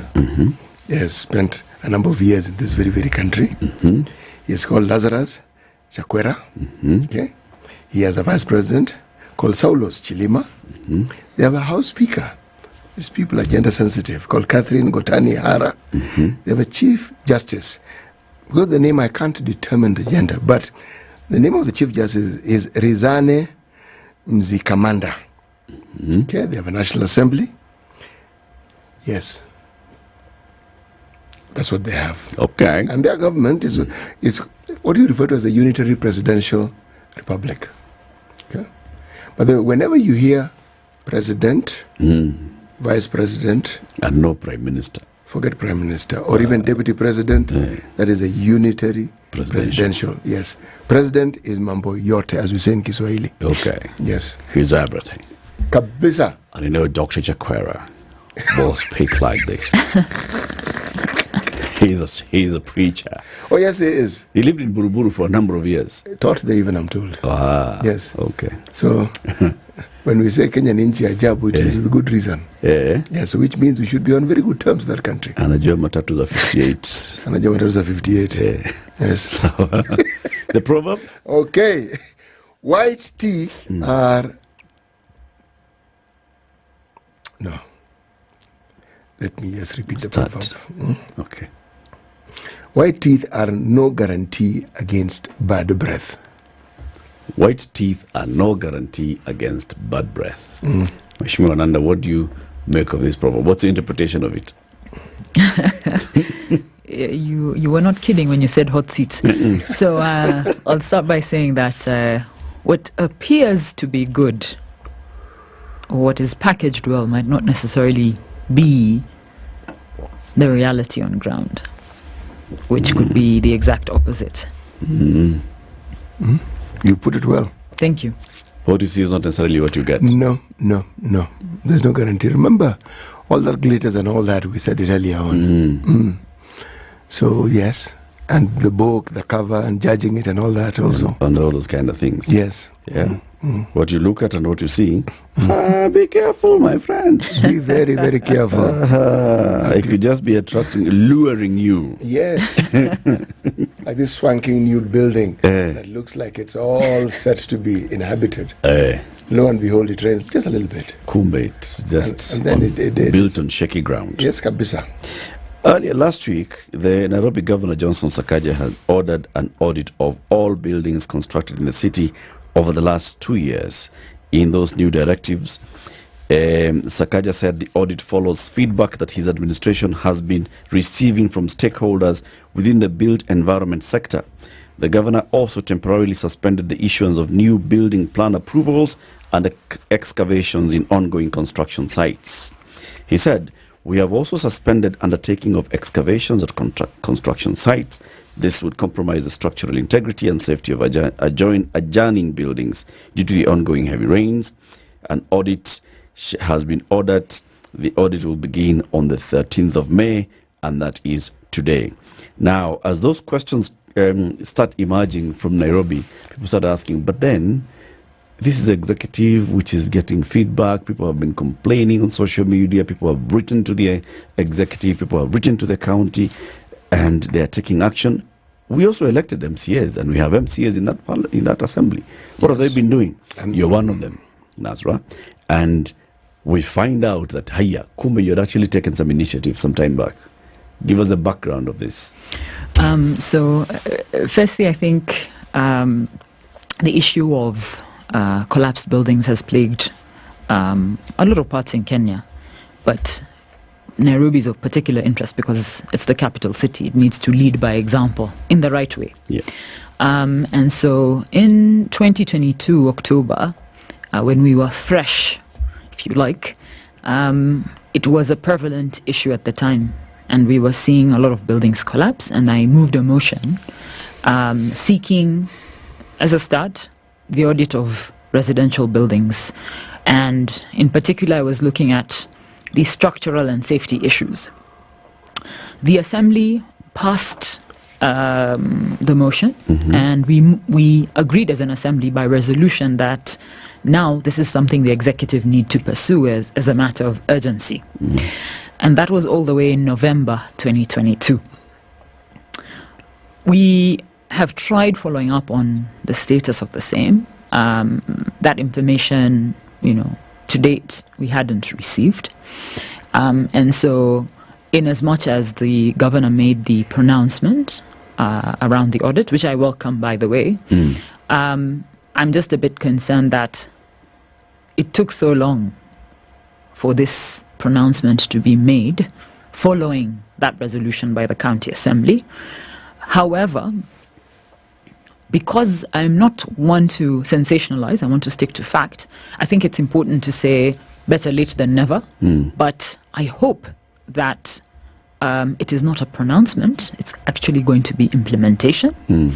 And I think the second thing which is important is we need to understand this audit that, they're claiming that they want to undertake. If the approval process and everything that had to do with the bad was done by the executive, my concern is how will they be the same people to fix the problem? I just have that concern. So as an assembly, we noted that there was a lot of, if you like, concern by the public that, there's beacon-to-beacon buildings, public participation issues are not complied with. And so with that then in mind, we set up a subcommittee to essentially review the approvals, change of use, and a number of things from the time we were sworn in to date. So aside from moving motions, which are things we've done, now this is something we're actively trying to do so that we can have visibility of what's going on. Of what's happening in the county. Yes. I want to ask first, when a motion is moved by a member, yes, the assembly, yes, and the assembly agrees with that motion and comes up with a resolution, yes, what exactly is a resolution legally? Basically, you, as a whole assembly, have agreed to back that this is something important that needs to be implemented. Okay. So you direct, because for us, our part is legislation. Yeah. Our part is oversight, our part is representation and giving expertise on what needs to be highlighted. So we, on those fronts, agreed that this is important. We agreed that this is something that needs to be implemented. So we send that directive that this now needs to be implemented. And so that's why I said 2022, and now this declaration, it's taken a bit of time. Is it binding on the executive? When the assembly passes a resolution and says, we, the assembly, resolve that this important needs to be done, is it binding? Does it go to the executive as a suggestion or as an instruction? It's an instruction. But now I think where perhaps there's a gap is on the implementation. So you've issued this directive. This is what you need to do. But now the follow-through is where I think we need to get much stronger in ensuring that is done. Is it open-ended or does it have timelines? So I think that specific motion did not have a timeline, but I think in hindsight, perhaps what I should have included in my motion is within, 6 months or, because the unfortunate thing with not having the timeline is, I could take 10 years to action it, but you've not put a timeline on me, right? So I think in hindsight, that probably would have been something I should have included in that motion. But nonetheless, given that it's an issue of public interest, it needs to be prioritized. Yeah. Well, nature has come to your aid, hasn't it? Yes, it has. Because now suddenly things have been hastened. Yes. And things that seem to have been taken to the back burner have now been fast-forwarded to the present time. But let me ask the question, if indeed the executive were to act on the precepts that your motion had actually set into being, what would we have expected to see? I would have expected that this audit may be starting off with a pilot of, let's say, earmark 50 to 100 buildings. To go through that audit to see whether is it a persistent or recurring problem in this, if you like, identified sample of buildings. So that then you could be able to extract what gaps are there in terms of how we are, building these buildings, the approval processes, the structure issues, so that we can then say, after reviewing a sample size of 100 buildings, we've noted the following are the issues we face. I would have expected that. Second, I would have also expected, given the issues we've seen and the shortcomings we've seen, invite now the professionals so that they can say these issues are a result of 1, 2, 3 from an engineer's perspective, architects or whatever. I want to take you back. Yeah. There's a ministry within the county that deals with buildings, structures, and so forth, isn't it? Yes. And then there are a specific department that deals with the various facets. Okay. Now, from the time authority is given for someone to actually construct until the time authority is given, I'm assuming it's given, for people to occupy the building,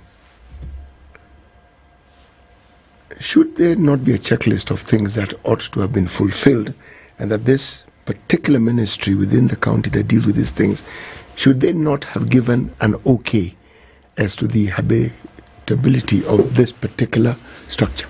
No, definitely. There should be a checklist. There should be, if you like, an end-to-end confirmation of this process. What, on our side, we don't have visibility on is whether this is actually done in practice. And that's why the subcommittee was saying we want to see, the applications from the time we've been sworn in to date. Because if that is happening, why do we still have these problems? And that's the information that we wanted. So the audit was to cover this. So let me just put it this way. there are currently two processes happening. The motion 2 years ago was requesting an audit, which seems to be now what the executive is undertaking. But separately for us, as a subcommittee in the Assembly, we noted several concerns. There's the public participation issue, which people are saying is not being followed to the letter of the law. Then there's the beacon-to-beacon buildings. Then there's the collapsed buildings. So there are a number of issues. So for us, we're not interfering with the fact that the executive is saying audit. We're saying that that's one of the many issues that Nairobians have. So as a subcommittee, we want to know whether all these processes are being followed in compliance with, the law or set procedure, so that we can then identify gaps, if there are any, and then invite stakeholders so that it becomes a holistic process. So just for clarity. Okay. Yeah. Which committee is this? This is the planning committee in the county assembly. This is a standing committee, is it? It's a sectoral committee. Right. So the sectoral committee has set up a subcommittee to look into those. Okay. Yeah. So the committee on planning is basically the committee that oversights the built environment in the city. Yes. Right? Yes. Over the years, yes, say now 2 years of this particular assembly's life, has this committee summoned the CEC in charge of planning, the chief officer in charge of planning, the directors in this department to ask questions on what's going on? Yes. Do they appear? Yes, they do appear. But I think in the past, it was, I think, more of a piecemeal approach. So we see a specific problem, we call them to answer. Okay. But now that we've identified, it seems there's an issue with, the entire planning process that we feel needs to be addressed holistically. That's why we set up this committee, so that we can kind of have that holistic understanding of what's going on. Okay. Yeah. You're a resident of this city, yes, and you are actively involved in the built environment, yes, issues and concerns and advocacy for this. What do you think is the problem in this city? I think, on ground, off the top of my head, over time, there's been a shortcut syndrome that it's just the truth. There's a shortcut syndrome that is plaguing, and not just the built environment, just generally, I feel our society is just shortcuts. It's starting to appear that those processes, a lot of Kenyans feel they're too long, and they decide, I want things done quicker. But what's also hurting us is that it now has a ripple effect, because as you build, and I'm not saying, all professionals or all Kenyans, of course, but if you start taking shortcuts in the little things, it reflects, because who you are on a day-to-day basis starts spilling over into your work, into processes, and I think that's a real problem. And then I also think, secondly, we also tend to sensationalize things rather than be very factual. And I say this to mean, in this digital era right now, we will be up in arms about an issue. Today, tomorrow, it's all over, getting several likes, clicks. But then, after that, it dies. So yes, in that moment, it seems very important, but we move on. I think the approach needs to change, in that we need to first reward good behavior rather than bad behavior. Yeah. And then second, rather than sensationalize things, we need to be fact-based, so that whilst it might not be news grabbing, but are you actually, investigating something that could lead to real solutions? Yeah. Yeah. Okay, let's take a break. We'll continue this conversation shortly. Coming up to 7:30. Our guest this morning is Nazra Nanda. She is a special elect MCA in the county assembly. People are asking, what is special elect MCA? Nominated. So you're nominated by the party to bring expertise to the assembly. I see. And also you could be nominated by virtue of being an overlooked demographic. So youth, gender, or minority. Okay. Yes. All right. This conversation continues shortly. Good morning. This is the Situation Room, the only way to start your day. This season, we're celebrating the heartbeat of every family. Moms. Treat mom to an unforgettable shopping experience at Sarit, her ultimate shopping destination. Discover a wide array of gifts across various categories that cater to every mom's taste. Earn and redeem points with our Sarit loyalty app. Enjoy prepaid parking and snag gift vouchers. Plus, don't miss out on picking up your Mother's Day coloring card at customer care this month. Share your creations and tag us on @SaritYourCity. Visit www.sarityourcity.com for more details. Join us for Sarit's exclusive Mother's Month celebration. Don't miss out.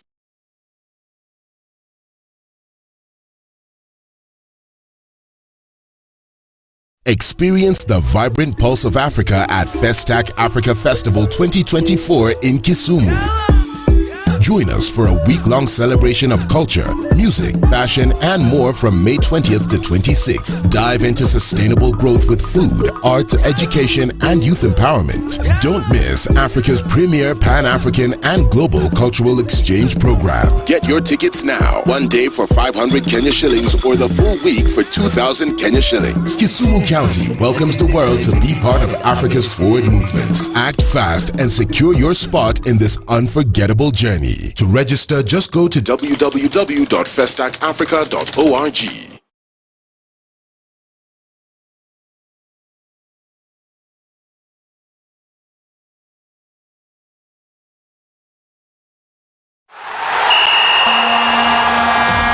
Seek so much more from the Premier League on your phone or tablet with Showmax. Skips around, couldn't skip. With Showmax, you can pause and rewind live matches and start them late and watch them as live if you are late. And Showmax has a range of data-saving options so that your network doesn't affect your fun. It's ended up in the back of the net. It's just a ball right. Shika so much more from the Premier League with Showmax from just 500 shillings a month by card or by M-Pesa. Shika Showmax. Streaming for Africa. Sign up on showmax.com. Some very nice, mature music. It really took me back to my days and I can just feel and enjoy the vibe. In Nairobi today, highs of 15 presently. They'll rise to 25 and lows of 14. Mombasa, how's it going to look like? In Malindi, 26, highs of 26, sunny day. Nyeri, partly sunny day at 17. Nakuru, partly sunny day at 15. Kakamega, mostly sunny day at 17. Mombasa, sunny day at 25. Kakamega, sunny day at 13. Johannesburg, South Africa, cloudy day at 12. Kampala, partly sunny at 21. Kinshasa, mostly clear skies at 24. Dar es Salaam, mostly sunny at 24. Addis Ababa, sunny at 16. Mogadishu, sunny at 28. Lagos, partly cloudy at 26. Paris is cloudy at 15. Beijing, sunny at 29. London, cloudy at 12. And New York, clear skies tonight at 11.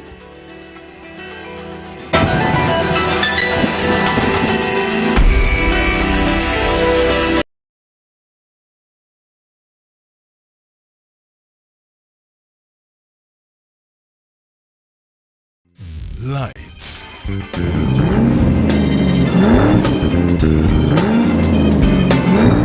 Digger. Action. Do you have the passion, the interest to tell a story to the world in your own style?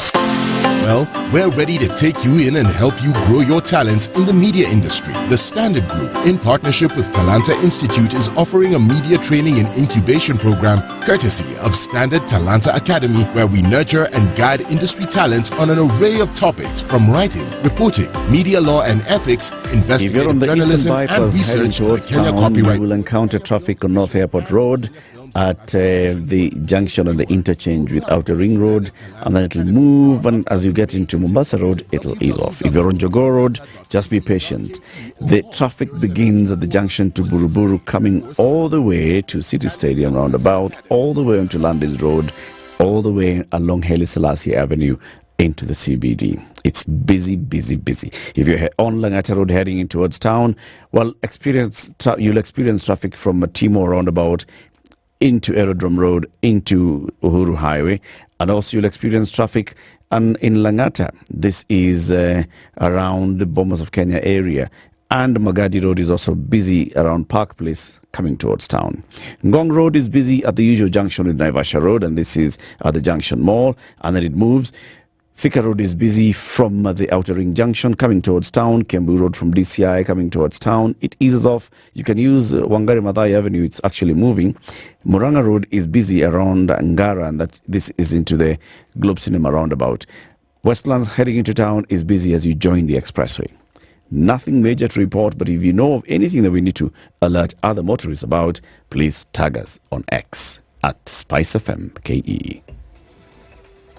Mature, intelligent talk every morning. Spice up yourself.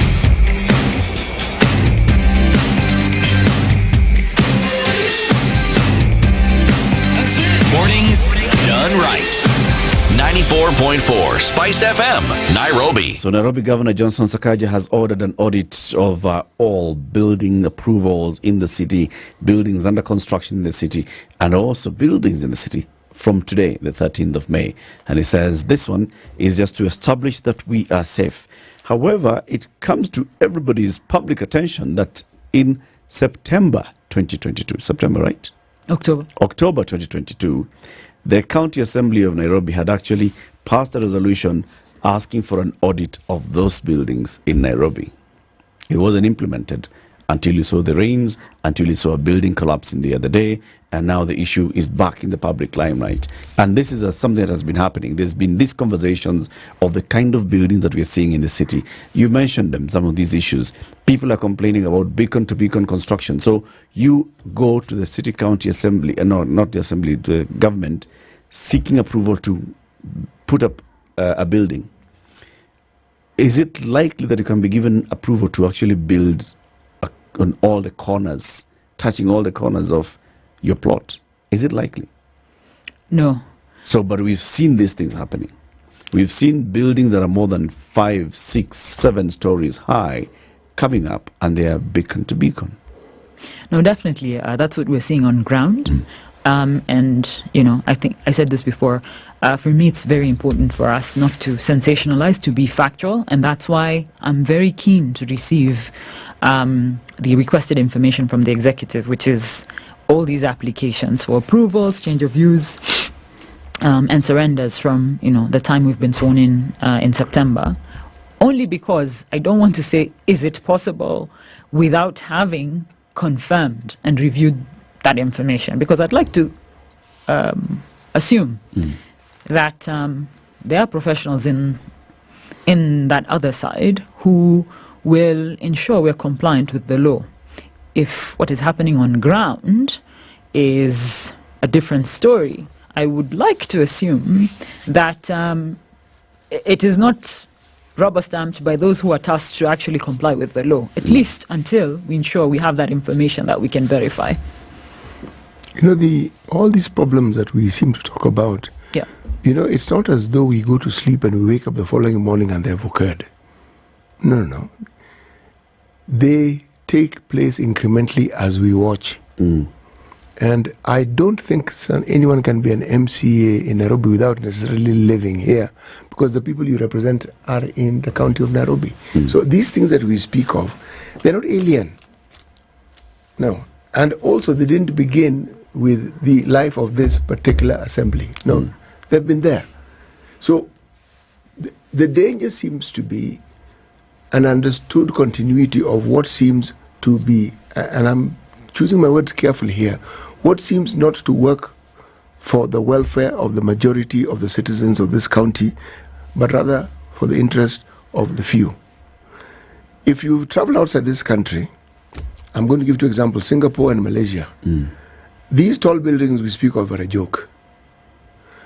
There you see buildings, you actually get the impression they're touching the clouds. They're really, really, really tall. Okay? So the problem isn't the tall buildings. No. At some level, I don't even think the problem is the issue of zoning.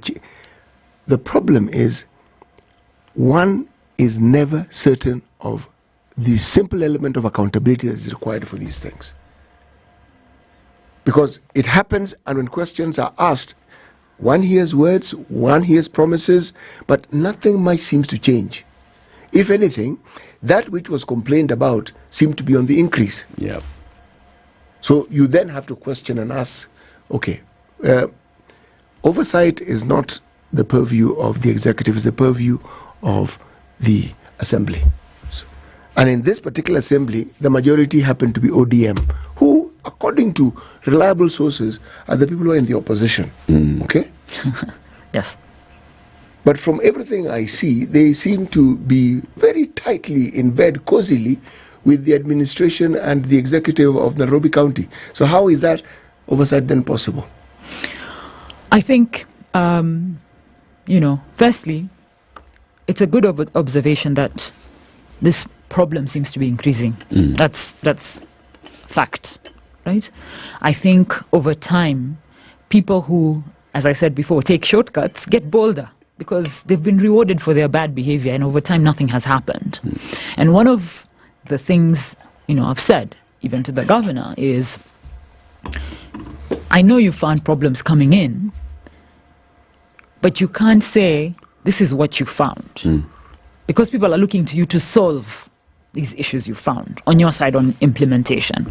But similarly on oversight, one of the key things we need to do is we need to give Nairobi the city that they want, which is a city of dignity and where things work, actually work.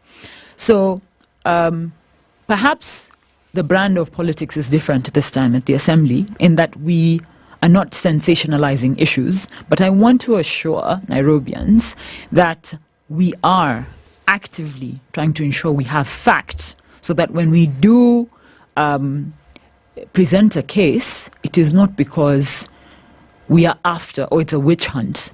It's a genuine case backed by information we have and actual processes which have been compromised or otherwise. We asked for documents and we are asking for information because if we start a witch hunt and say things are not working and then documents say otherwise, even Nairobians would lose respect for the integrity of the Assembly. So it's slightly slower because of that. But Mheshimiwa, yes, the issues we speak of are not ecclesiastical. They are not spiritual. Yeah. Okay? They are very mundane, see, touch, feel things.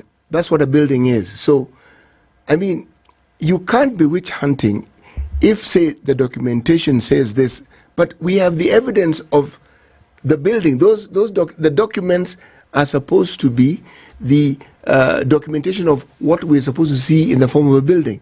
So if the documents say this and the building says something else, because the building will tell us its own story. Definitely. No, and I agree with you. Yes. But what we're saying is, we're seeing that, but we don't have the documents that confirms.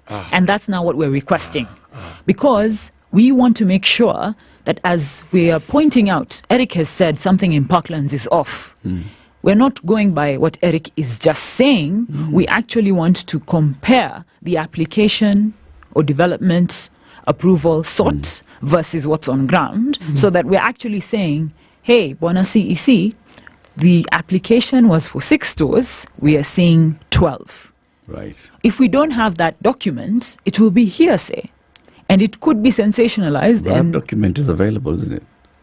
Not all. It's supposed to be in the public domain, isn't it? Yes. Not all. What does that mean? So the issues that Nairobians are bringing up, we don't have all that information. So that's what we've done. We've asked for this information so that when we do make this presentation and invite Nairobians to come in, we are actually going on a fact-finding mission to confirm so that we can present it in the form of a report. We don't want it to end with verbal spats on camera, but actually don't provide solutions to Nairobi. And I think that's probably maybe the approach that a lot of Kenyans might not be used to. Because it's very easy for me to go on camera and start saying, Haiwak, Sakaja must go, or whatever. But you have nothing to show. But I have nothing to show. How difficult would it be to actually access this information? for the assembly and even for member of the public, every development has a signboard there. It shows approval number, it shows all these details. That means that there's a file in City Hall. And that's what we've requested for, which legally, is it information that should not be accessible? No, it for is any information. reason? It is information that should be accessible, and that's what we've requested. So for us, we don't want to jump the gun and say things are wrong before we get these documents. We do note that there are issues. That's a given. But before we proclaim ourselves as judge, jury, and executioner, we need to be factual based. And I think that's what is key here. Because how long do you give yourselves before you receive this information? So we actually gave the CEC Built Environment and his team 2 weeks. And beginning when? It was supposed to be given by May 3rd May, this information. Okay. And they let us know that it's somewhere in the assembly, which we confirmed is not in our possession. And we actually let them know that we will be following up this week. So if that information is not there, then it will become an issue. Because on good faith, we let them know we're not going to interfere with implementation. That's your role. But oversight is our role. So we need to have this information so that we can start doing the review. So by 10 days ago, they should have provided this information to the assembly. By 3rd May? Yep. Today is 13th, right? And they said, we have forwarded it to the assembly. Yes. But the clerk of the assembly and the other officers in the assembly don't have this information. No. So that was as per our meeting on Thursday before the holiday. That was what now we were following up on, because that meeting was for us to discuss the next session once we've reviewed this information. And one of the things that came out was they said they've dispatched this information, and we're saying we've not received it. So actually, right after this, my intention is to go to the assembly to follow up on whether these documents were actually received.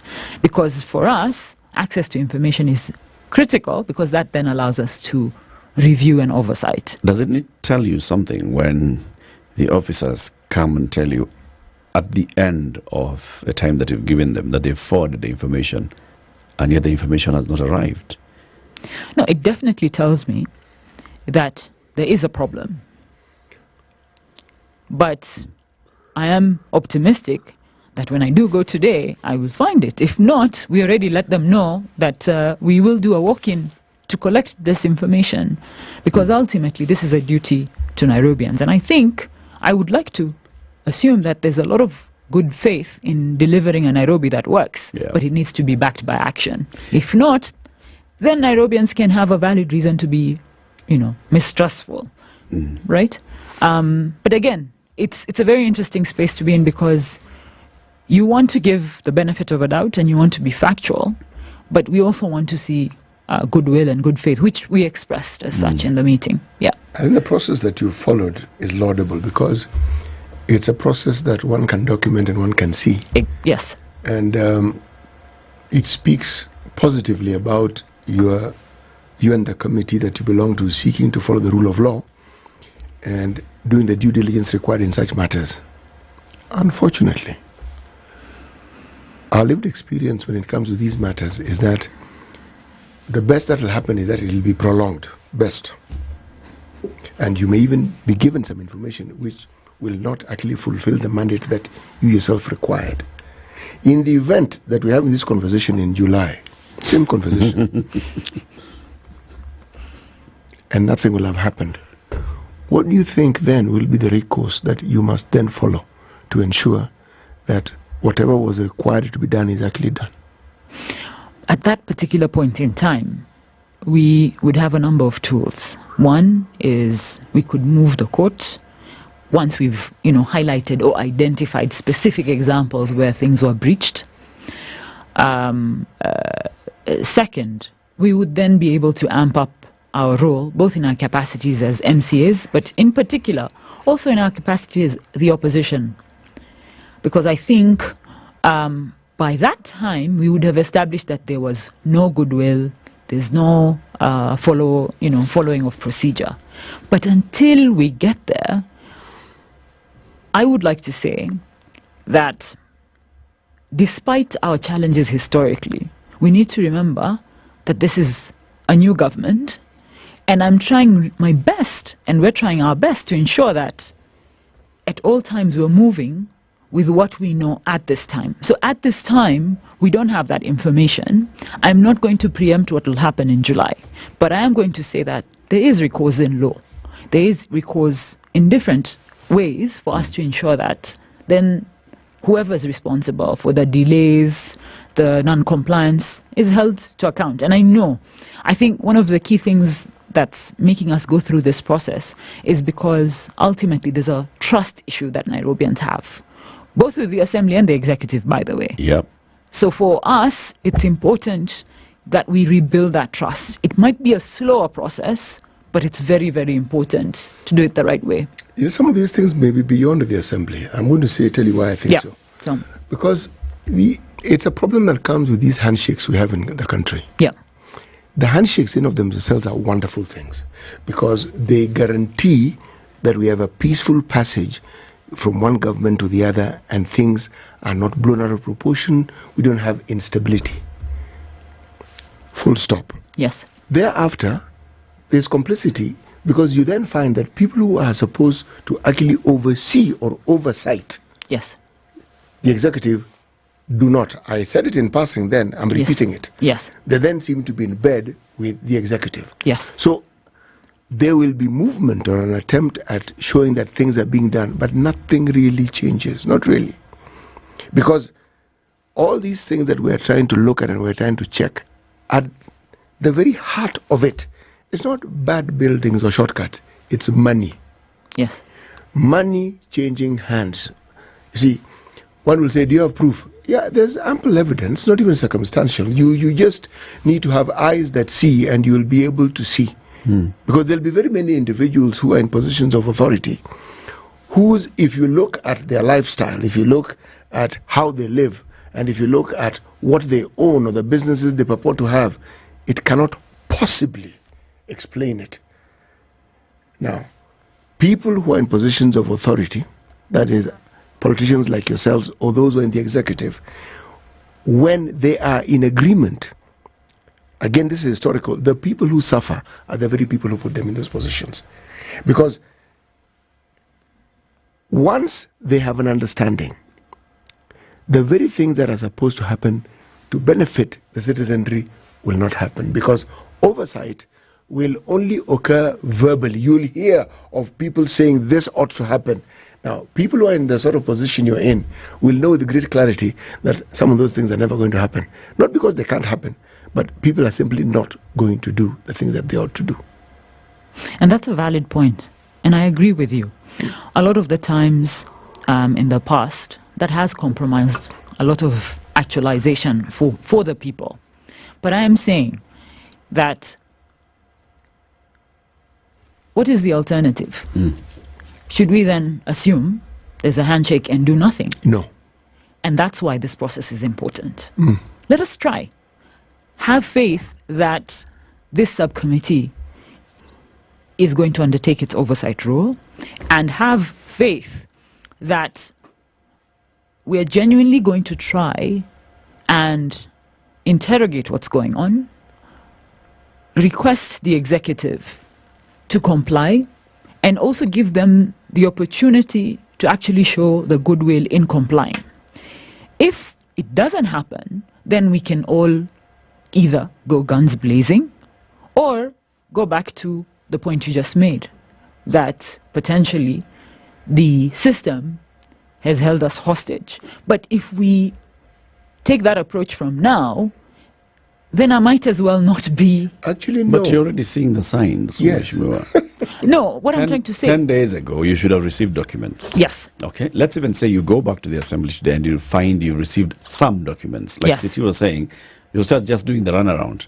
So you receive 30% of the documents that you needed, you start reviewing them, then you realize, oh no, these are only 30% of the documentation. Then you write to them again and say, you know what, you did not send us this. They send another 20% of the documents. By July, you are still having this conversation of back and forth. No, the information you sent is not enough. It's not sufficient to what we were asking. Or sorry. We thought this is what you wanted. You actually also needed this.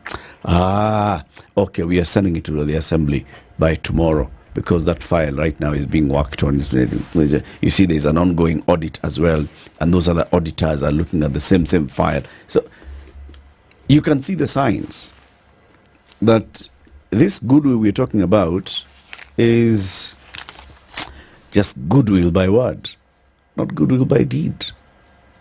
Let's talk in July, and then we'll confirm whether it's goodwill by word or goodwill by deed. As I said, for me, I don't want us to be in a position where we've given up. No, we shouldn't. But we should be realistic to the demon and the dragon that we're dealing with. Oh, no, for sure. For sure. But I think the problem, or rather the good thing and the bad thing about being in opposition is, if I were to start talking right now, it could damage the very thing that we're trying to accomplish. If we sensationalize it and it takes away from the actual issues. Because as I said, that's my only concern. Mheshimiwa, I like your approach. It is a good approach. Thank you. It is an extremely good approach because it's methodical, it is steady. One can see step by step by step by step. But and why I'm saying I like it, in following it, you will also be able to document the pitfalls and the issues that will most certainly come your way and will most certainly seek to hinder the progress that you're going to make. Any process that seems to be perpetually wrong is not perpetually wrong. It is being made to be perpetually wrong. There are always human beings involved. And in this lovely country of ours, Kenya, when such things happen and the continuity is what it is, there is always money involved. Always. There's another reality that we must contend with. Yes. And like you said, even the governor himself has been here and he has said, you know what, this issue of buildings, approvals and permits and enforcement, it's a perennial problem that's been there for long. Years when he was in the National Assembly, when he was in the Senate, and now as governor, these are things that you're grappling with. So we have a deep problem when it comes to this. If you look at the construction and the development we're talking about, these are multi-billion shilling developments. This is not something that, just as junior officer in the county executive offices makes a mistake and says, I have given approval. No. And then he didn't check. This is not that. This is deeper than that. Can we really, really slay this dragon? Like, truthfully speaking. Because if we can't, then let's find a way of saying, okay, so we need to import mercenaries who have slain dragons in their countries to come and deal with our dragons. You see, he's leaning towards that opposition. Yeah. Look, when you find a building that's come up and it's 10 floors high and the approval was for 7 or the approval was for 4, that is a problem. Yes.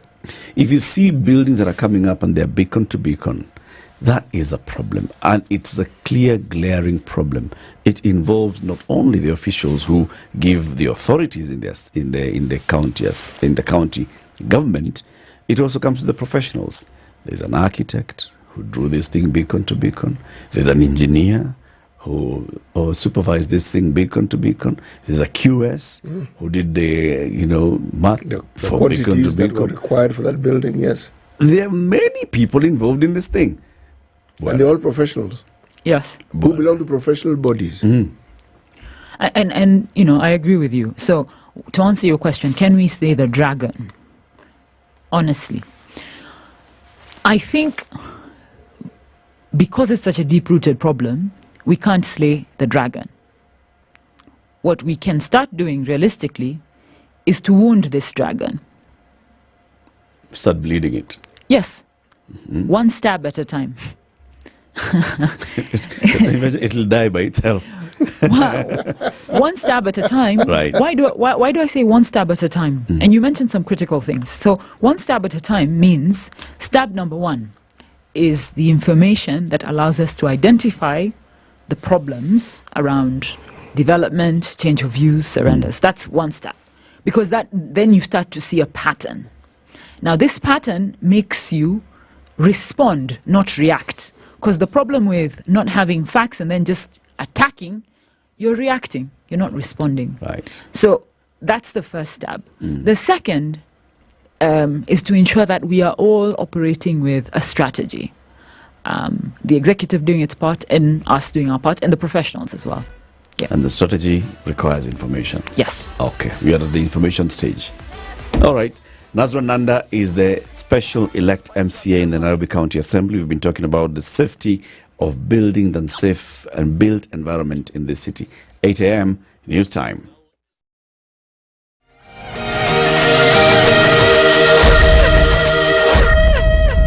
This is the news.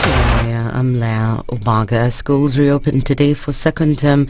The government has announced safety regulations to protect students, teachers and other school staff. Interior Permanent Secretary Raymond Omolo said several schools worst affected by heavy rains and flooding won't reopen until the government ensures they are fully repaired and fit to occupy. As we take back our children to school, we have put enough mechanisms in place so that they can safely get back to the schools. It should be noted that some schools are currently being used as shelters for flood victims, which makes it difficult for students to return.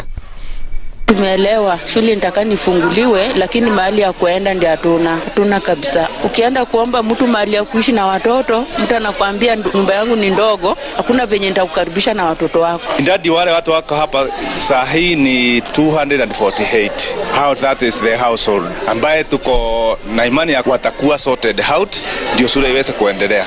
Naomba serikali itutengenezee barabara hii ambayo inatoka pale Nazarin ikikuja pande ya Twara, na kama inawezekana waitengeneze baka iende kule Kitengera ndio tuweze kufanya kazi vizuri.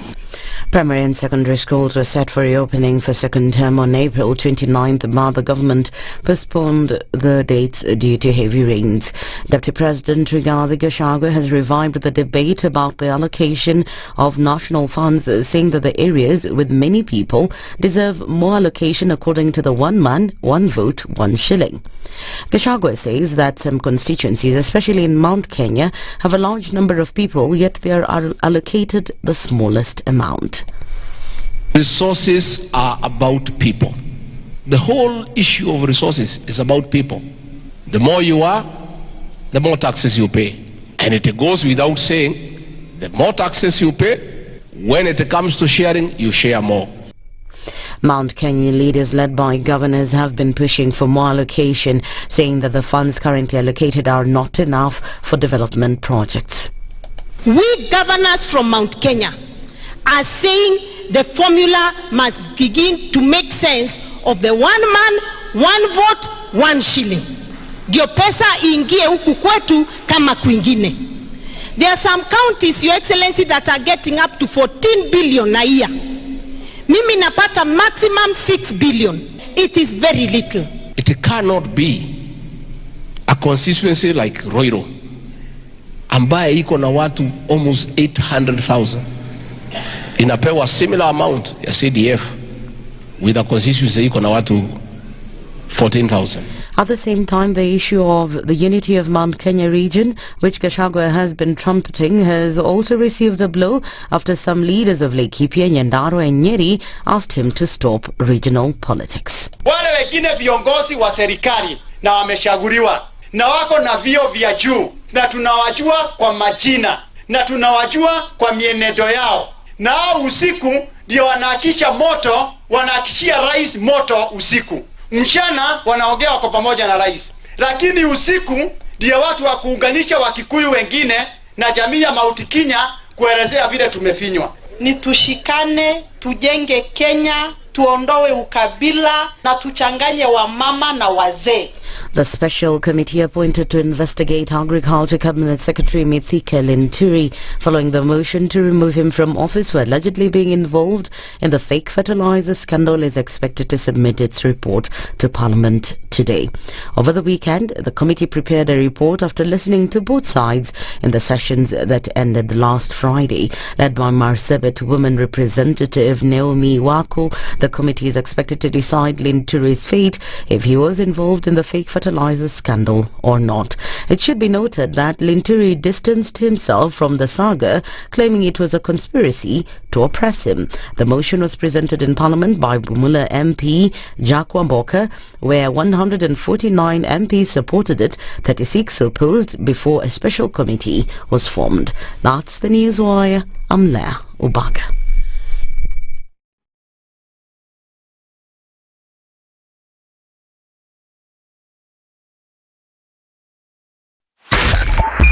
.5 Spice FM, Kisumu. It is that hour, it's that time. Schools are back. It's back to school day. Somebody has sent me a message. Are you happy? Short notice, further notice day. Happy short further notice day. Buona. So what's happening on the roads then, therefore, is because of further notice, traffic is all over everywhere at this time. Thika Superhighway busy. Kiambu Road starts at DCI heading towards town. Jogoo Road all the way from Manyanja Road heading in towards City Stadium, heading in towards Landis Road into town. Lusaka Road into City Stadium, busy. Langata Road into T-Mall Junction, into Aerodrome Road, very busy. This road was never gazetted as Raila Odinga Way. It's still Mbagathi Road. Mbagathi Road heading out of T-Mall towards the City Mortuary roundabout, busy. Into the City Mortuary roundabout, busy. Ngong Road, busy. Langata Road as well at Galleria Mall from busy. This is Magadi Road. Let's just say it's just a busy day. Sawa. Happy back to school day. If there's any major issue that we can report about, for example, what's happening on Mbagathi Road this morning, please let us know. Tag us on Twitter, on X, SpiceFM KE.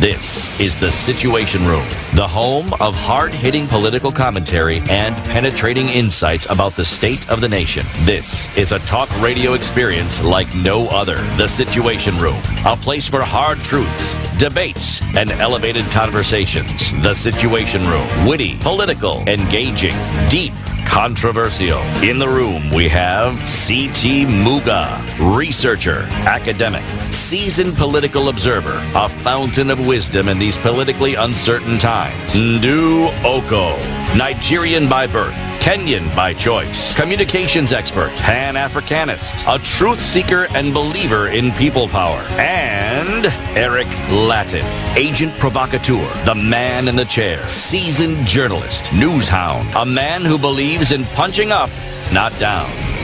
This is 7 the minutes after 8. So you are a small business person, right? Mfanyi biashara, mchuuzi, reja. You know those ones, mchuuzi, reja. Mfanyi biashara wadogo wadogo. Yes. AKA hustler. Now you're a hustler that supplies services or goods to a bigger organization, a registered firm. That firm is VAT registered, it has income tax obligations and all those other obligations it carry.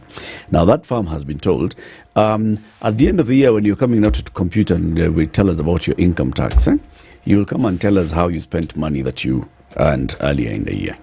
And among those things that you'll tell us how you spent is that you paid some small mchuuzi reja some amount of money because of kuchuuza reja to bring supply goods or services to your organization. Which you then would supply again reja. Yes. Now, for us to know actually it's true that you dealt with a mchuuzi reja called Eric Latiff. Eric Latiff needs to give you a tax invoice. Yes. Okay. Very important. We do not want Eric to be VAT registered. No. It's for purposes of just tax and income tax. Sawa. So, you will hear, if you're a mchuuzi reja, that small SME or big SME or multinational that you've been supplying telling you, we no longer want to pay you just by you telling us, at your boss, you know you owe me 30,000. We expect that you shall provide us with an e-Teams invoice. And you answer e-Teams. It is a very, very simple document. It's an invoice. It's a tax registered invoice. Basically, you generate this invoice it goes into KRA. It also is something that company that you supply can use to claim it's indeed true. I paid Mchuzi Rajareja Eric 30,000 shillings for these services. How do you generate that invoice? You first need to register yourself into the eTeams platform. That is ecitizen.kra.go.ke. You log on like you log on into your eCitizen platform. It'll ask you for your PIN and your password, like that, chap. Then you can also do so from the eCitizen USSD code. That's star 222 hash. That's star 222 hash. Mambo like that. Twende tukisonga. And then, so when the next time you're invoicing these guys, you just go and generate an invoice and send it to them, and it's simple like that. So those guys can no longer tell you that we can't pay you because unajua your invoice is not atuioni hapa kwa eTeams.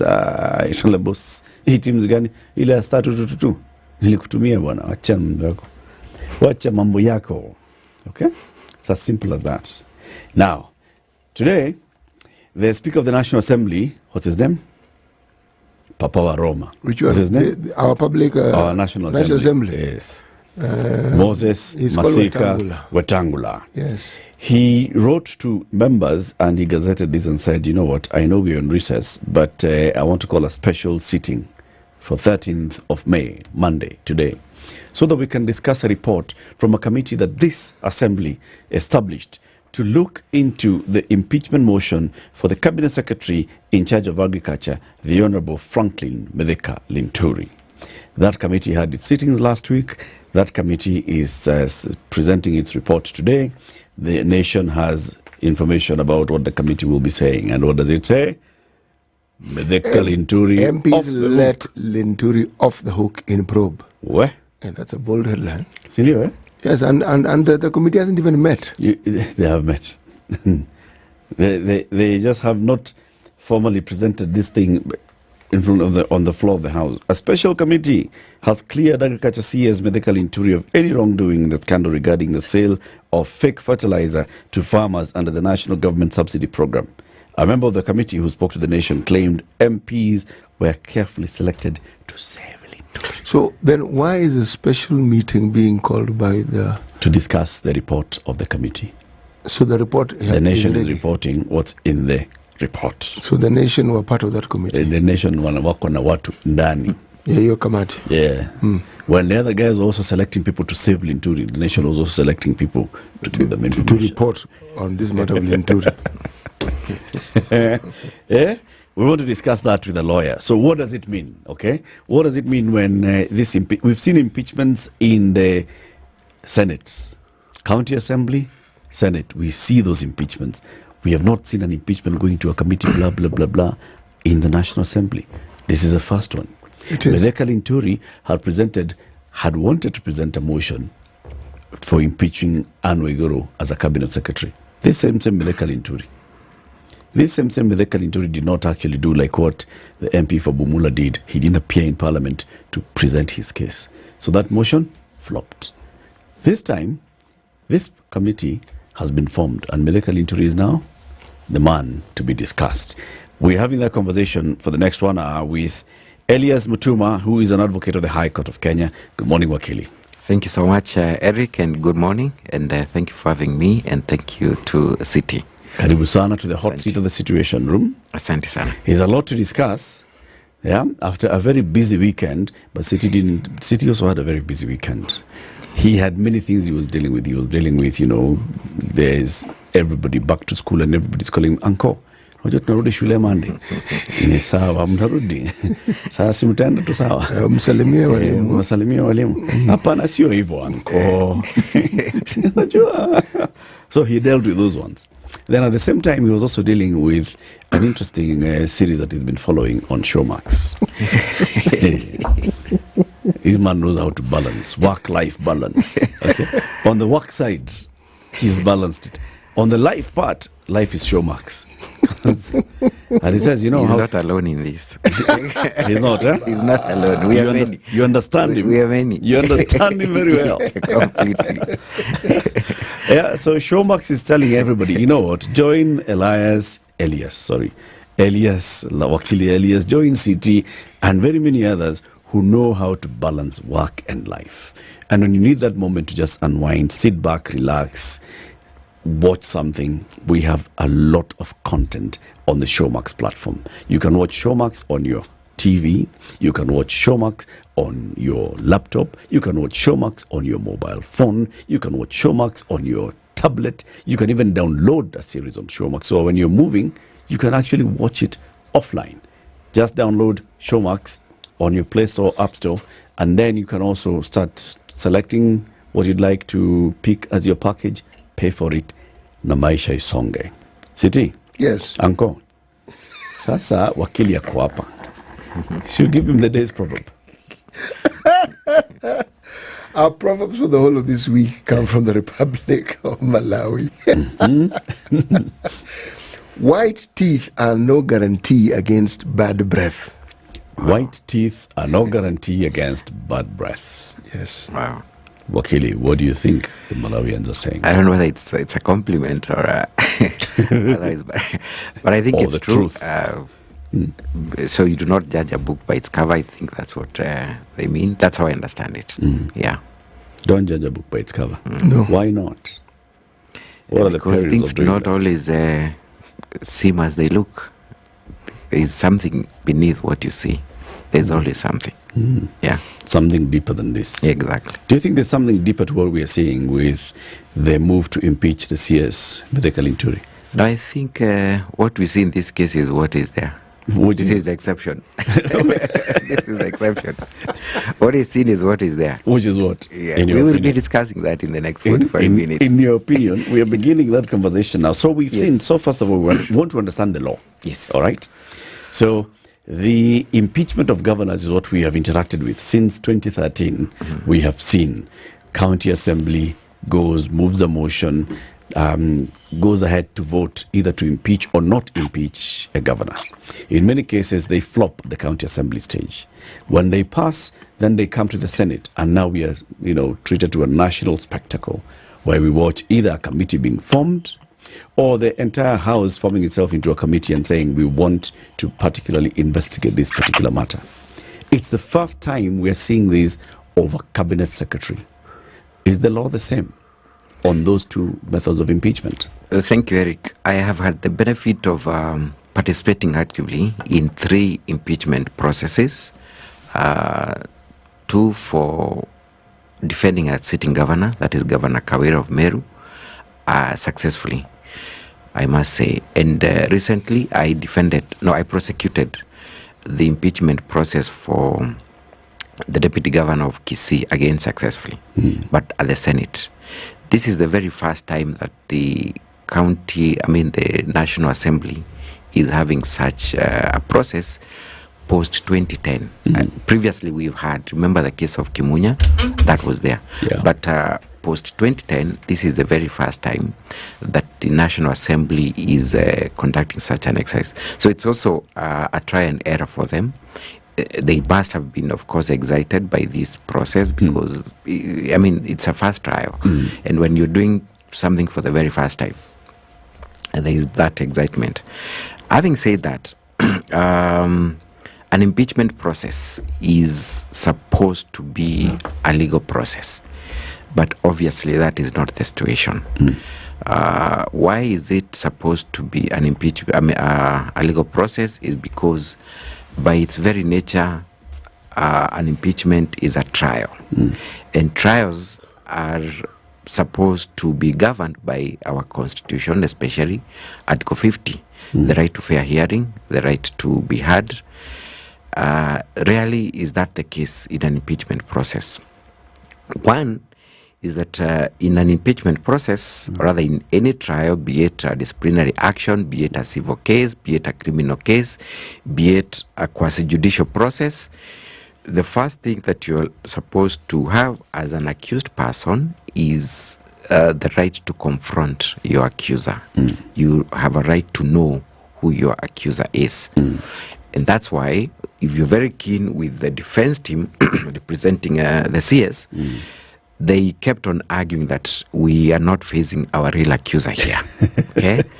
The person we are facing here is just a proxy for someone else. So we need to have our moment with the accuser. And they kept on, pointing a finger at the ex-wife to, I don't know whether it's the ex-wife, but he described her as friend. As a friend, ex-friend. Yes. A friend wife. Yes. So they kept on saying, we need to confront our accuser. And that's a fundamental right, because if you do not know the person accusing you, then how are you supposed to defend yourself? You need to have that moment with them, cross-examine them, get to unmask them. Okay.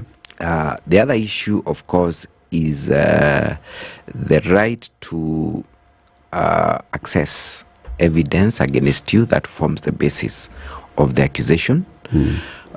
This is done by the accuser giving you all materials they have in good time, so that you're able to analyze the materials, punch holes, and frame your defense, depending on what material is brought before you. Again, in impeachment processes, that is rarely the case, because there is too little time for such things to happen. I mean, the select committee is supposed to conduct its business within 10 days. That is hardly enough to even go through the entire forest of documents and understand exactly who is accusing me, why are they accusing me, is the information verifiable, is it accurate? Again, that's why I'm saying it's not a legal process, because if it were a legal process, strictly speaking, then you would have that time to prepare your defense. But the most intriguing part about impeachment processes is that when you look at Article 50, it makes it compulsory that for every person who is facing a trial of whatever kind must be given an opportunity to appear before an impartial tribunal. A fact finder who is sitting to pass judgment on you must be impartial.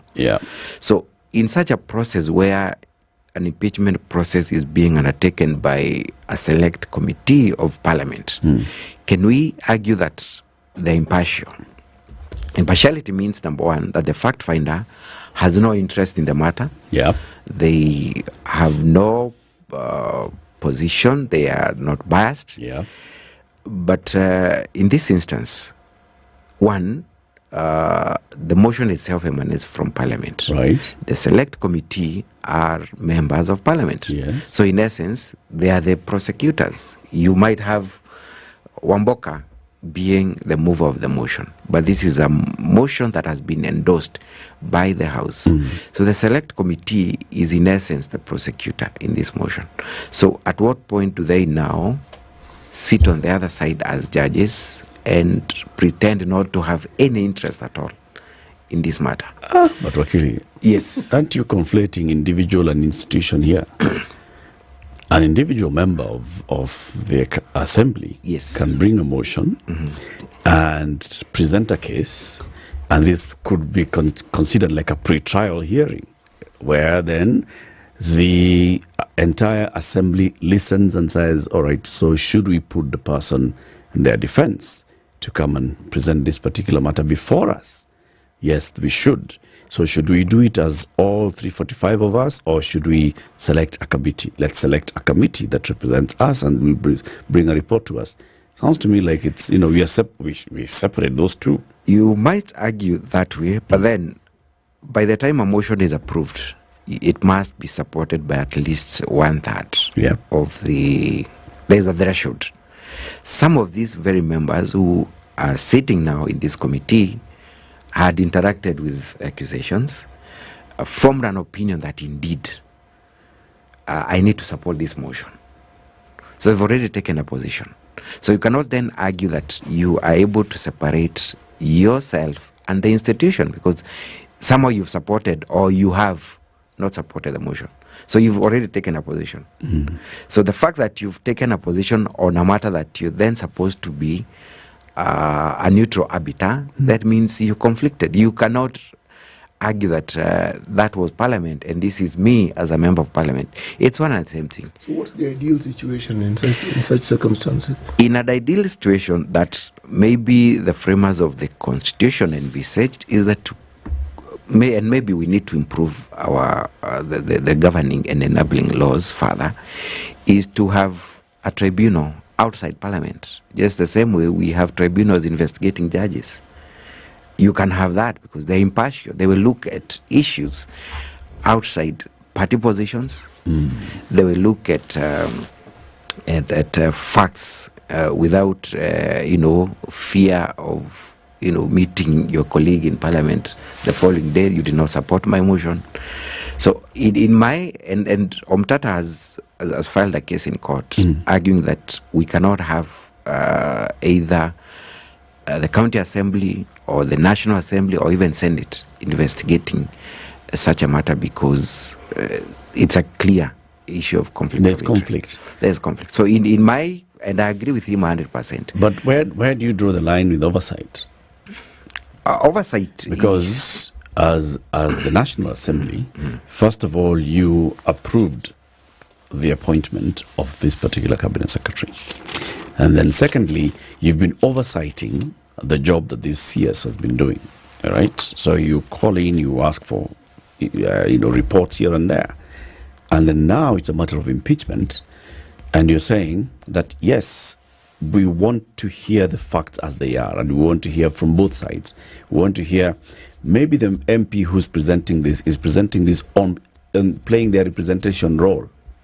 I have received a petition from several people who are saying that a minister is breaking the law, there's gross violation of the Constitution and the law and this and the other. And they think that this minister does not deserve to be in office. We approved this person to be in office. We've been oversighting. So maybe we need to look at what has been brought before us. Then Parliament looks at, okay, are the matters being raised here weighty? We are not discussing whether they have, the deeper merits of it. Are the matters weighty? Are they meeting the basic thresholds? Yes, they do. And that's what Parliament then does and says, let's form a committee that goes deeper into these issues. And we hear from the accused and let the accused face the accuser. And the accuser in this particular case can be the MP who's brought the matter, and the witnesses can be the people who petitioned the MP. I agree. Oversight is a separate issue. And in my understanding is that when you're investigating an issue such as this, it does not begin with an impeachment motion. It should emanate from that committee that is in charge of agricultural issues. Let them take their time to investigate these issues. Right. Let them generate a report, because they are not bound by rules of procedure. They are not bound by the short time within which they must discharge their mandate. So we can have the oversight role discharged effectively if the Agriculture Committee is seized of this matter, invites farmers in the committee, visits sites, summons the manufacturers of these fertilizers, summons PSCs, and then they generate a report. That is the report that then should be used as a basis for impeachment, because impeachment is the end result. It is actually a disciplinary action, because it does not speak of oversight per se. Okay. It is a communication of a sentence being passed, having been found to be guilty. Would you say then that sort of almost works in the case of impeaching a governor? Because the governor's impeachment starts with whatever is happening in the county assembly. Then the county assembly passes to impeach. Then it comes to what is supposed to be now an independent arbiter, the Senate, that says we want to hear the facts. We have not participated in investigating this. We did not begin the motion. We did not debate the motion. The motion has come. The county assembly says this particular governor of ours has, or deputy governor, has violated the Constitution and the laws. Let's investigate. So sort of here the Senate is a tribunal? Indeed. the impeachment of a governor is governed by a slightly different regime of laws because it's a two-tier process. You begin at the county assembly.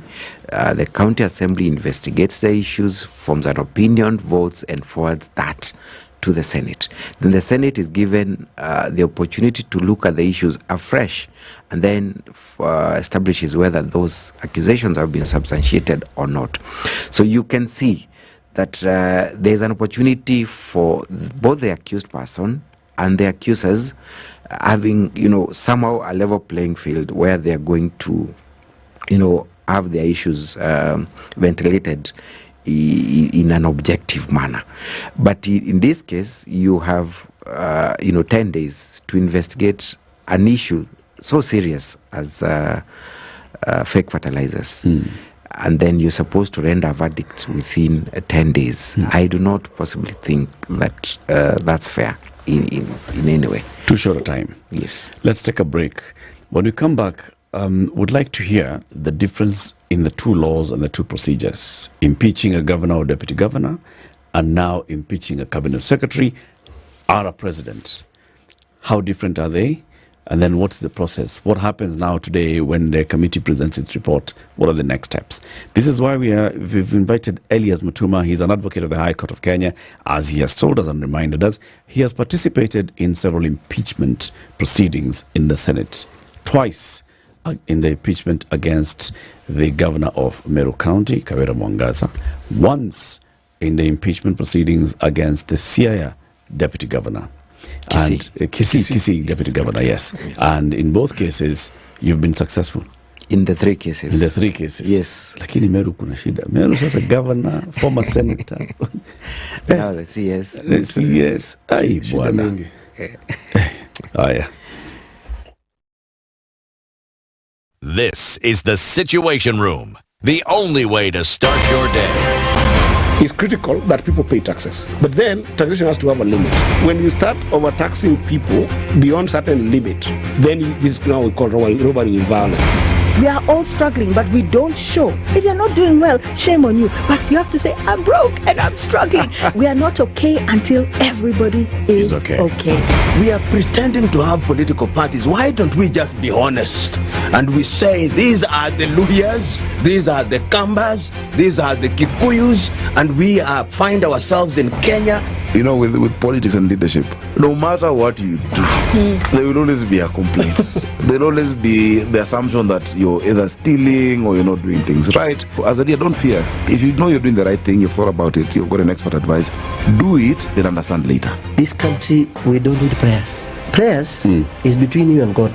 Good governance and thinkers who care about the country and not their stomach. That's what we need. The Situation Room, Kenya's biggest conversation. The weather with SpiceFM. It's warming up in Nairobi, current temperature 17, expected to rise to 25.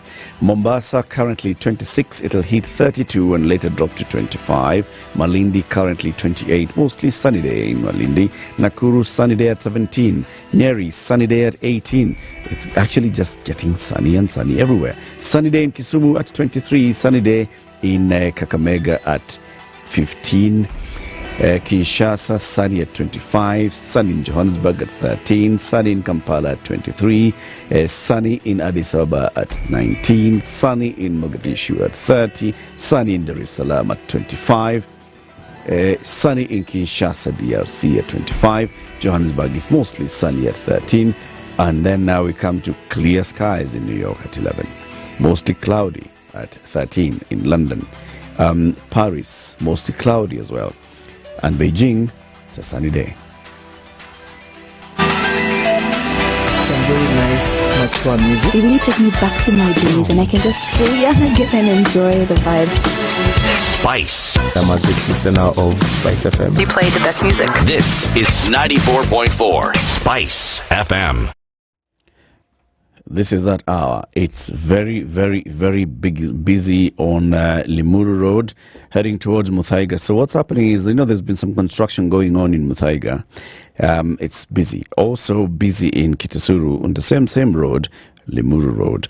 Busy Kiambu Road, busy Thika Superhighway, busy Jogo Road, busy Landis Road, busy Lukasaka Road, busy Langata Road, busy Bagathi Way, busy Ngong Road, busy the road into Galleria Mall from both sides. It's Magadi Road, it's busy. Langata Road, busy.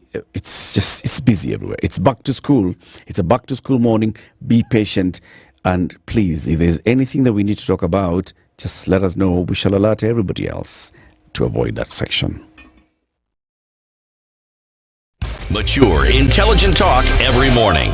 Spice up yourself.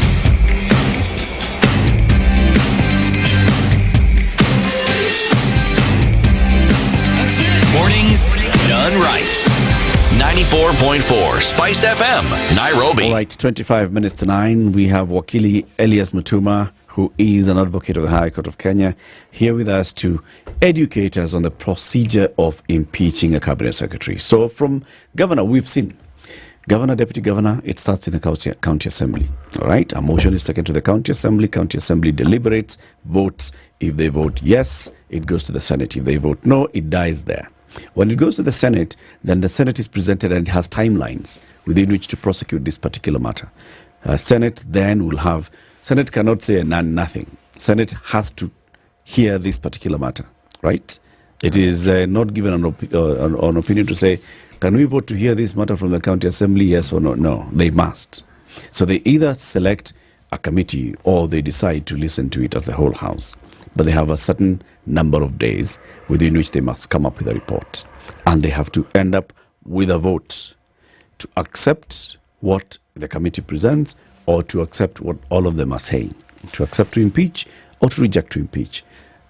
In the case of the National Assembly dealing with a cabinet secretary, what's the law? What does the law say? What's the procedure? Where does impeachment start? Where does it end? As you've rightly pointed out, the removal from office of a governor or deputy governor is a process that it's a two-tier process to begin with. Begins at the county assembly. If that is if that meets the threshold, then a resolution is sent to Senate for Senate to sit and look at the issues afresh, see whether the charges and allegations have been substantiated. Now, the clear difference here is that it is Senate that removes the governor from office.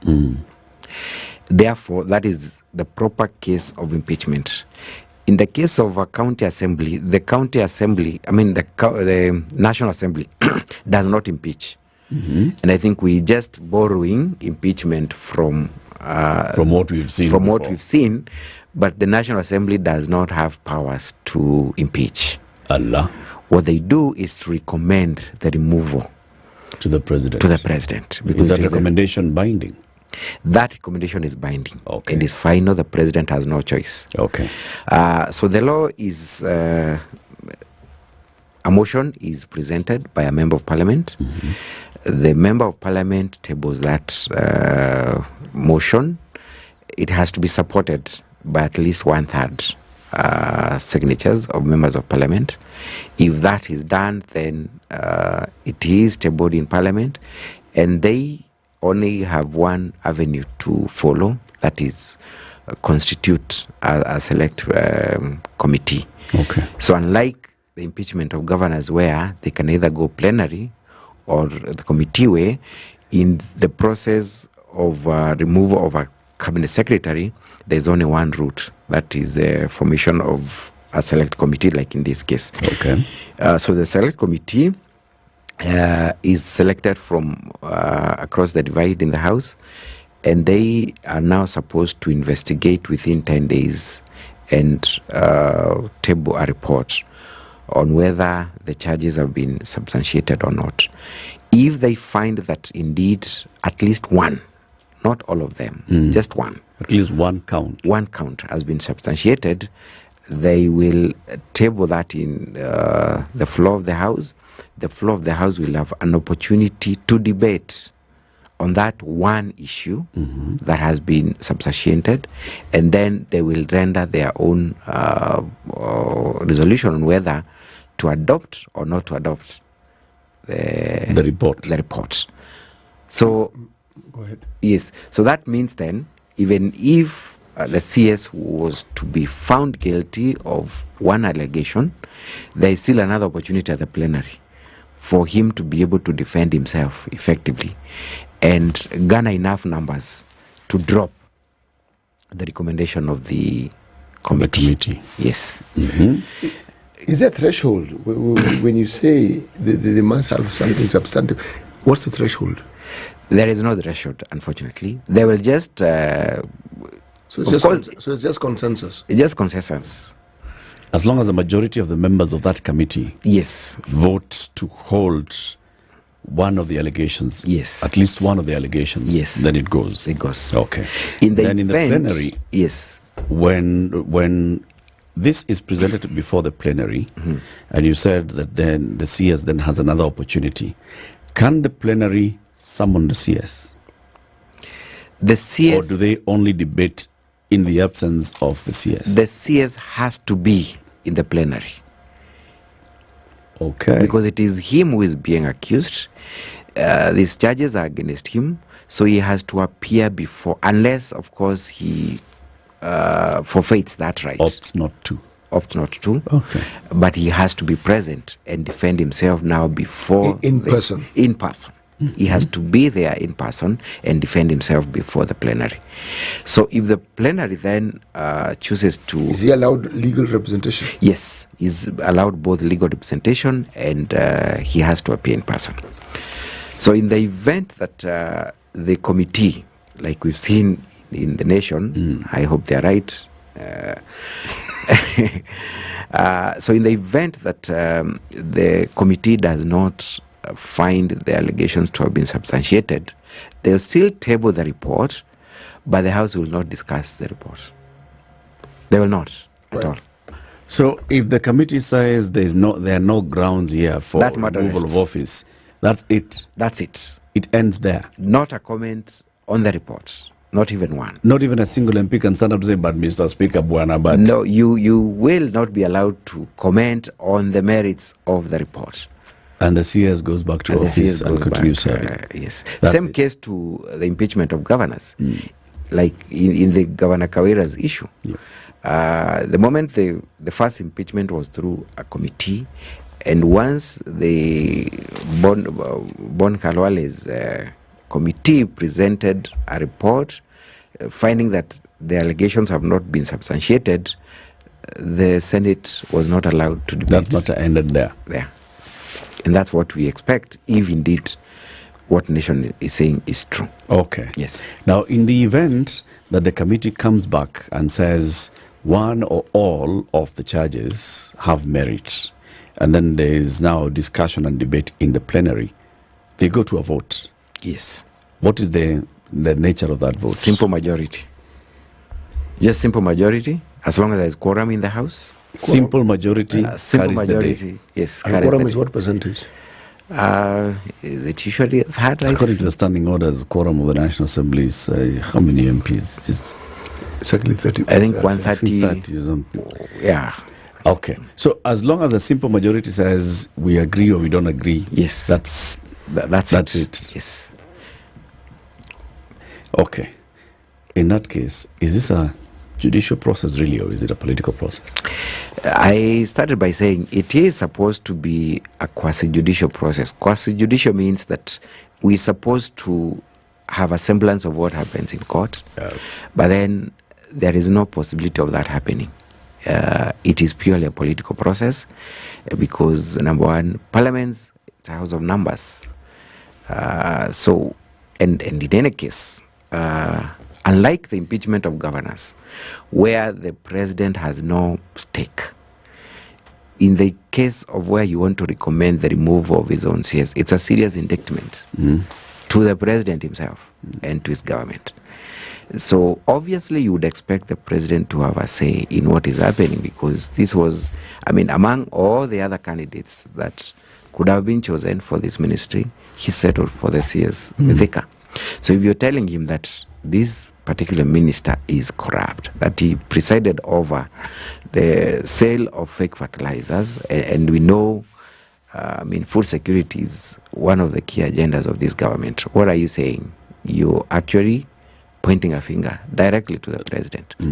So I think, and I know that definitely politics is at play here. You cannot rule that out.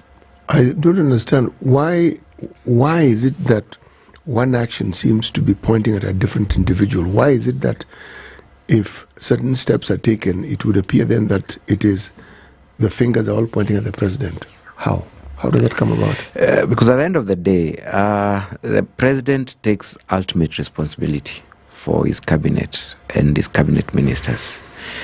And unless it is the president himself who cracked the whip against a particular minister for being rogue, then if it is coming from elsewhere, then it's not good for the president. Unless the president was the first to say, well, I have seen something wrong in this ministry, and this is my decision, then he will be exonerated. But if it is coming from outside, however you look at it, it will still be a serious indictment to his government. If a president has leeway and command of the numbers in the assembly, do you ever see an impeachment going through? Based on what you've said, yes. Look, an impeachment of a cabinet secretary. Remember, the president has an open check on the nomination of cabinet secretaries. He can decide today to choose Elias Mutuma to be the cabinet secretary for whatever. It's his choice. He only takes that name to Parliament, and Parliament looks at the suitability of this person. They do not summon the president to ask him, so why did you choose Elias? Did you ask for CVs from 7? Did you ask, for example, CT? And we know CT. They don't. They only look at, so Elias, you've been brought here. Prove to us that you're suitable and you understand the job at hand. That's it, right? So once Parliament approves the appointment of Elias Mutuma into the cabinet, it is the president's prerogative from then on to either transfer Elias from this ministry to another docket, to suspend Elias, or to fire Elias. A president does not do that. A National Assembly decides to recommend to him to remove his own appointee. If Parliament actually were to tell the president to remove a certain minister, you said it basically reflects on the president. Is there a possibility that a president can actually use that route to remove a minister? Well, yes and no. One is that we have people who have serious stakes in governments, all right? And there might arise a situation whereby the president is not bold enough to show you the door for obvious reasons, okay? In that case, then a route might be engineered for the president not to be seen to be the person behind for political reasons, and say, look, it had nothing to do with me. Parliament did its work. So if it were to happen, then you would know that is what is happening, that he did not interfere with the process because ultimately that was the desired outcome. So if an impeachment takes place through Parliament of a sitting CS, then it is because the appointing authority is okay with that. But then the opposite also holds true. That if indeed he does not seem to have either endorsed the process but had let it follow its natural course, whatever the outcome, whether he's impeached or not, you could deduce that, in fact, that was the desired outcome. I do not disagree with that because, I mean, Parliament is ran through the House leadership, majority and minority, and we know how they are mobilized and how they are whipped to take certain things. So this is a motion just like any other motion. Yeah. I mean, there has to be a party position on any motion that is in the floor of the House. Yeah. So the question is, what is the party position? You see, this one is interesting because when it came to the numbers that enable the process to begin, it was seen that members of Parliament from both sides of the divide participated, and that is why the numbers were garnered that easily. Yeah, correct. Okay, so now the decision to have certain people within the committee, now this is where now the discussion becomes interesting. Who decides who is in that committee? It is the majority leader and the minority leader. And we know who it's the leadership in the house that proposes the names. Yes. Mzuri sana. Mheshimiwa yupi mzuri na. Yes. Sitiwe kakando. Mambo yako tunajua.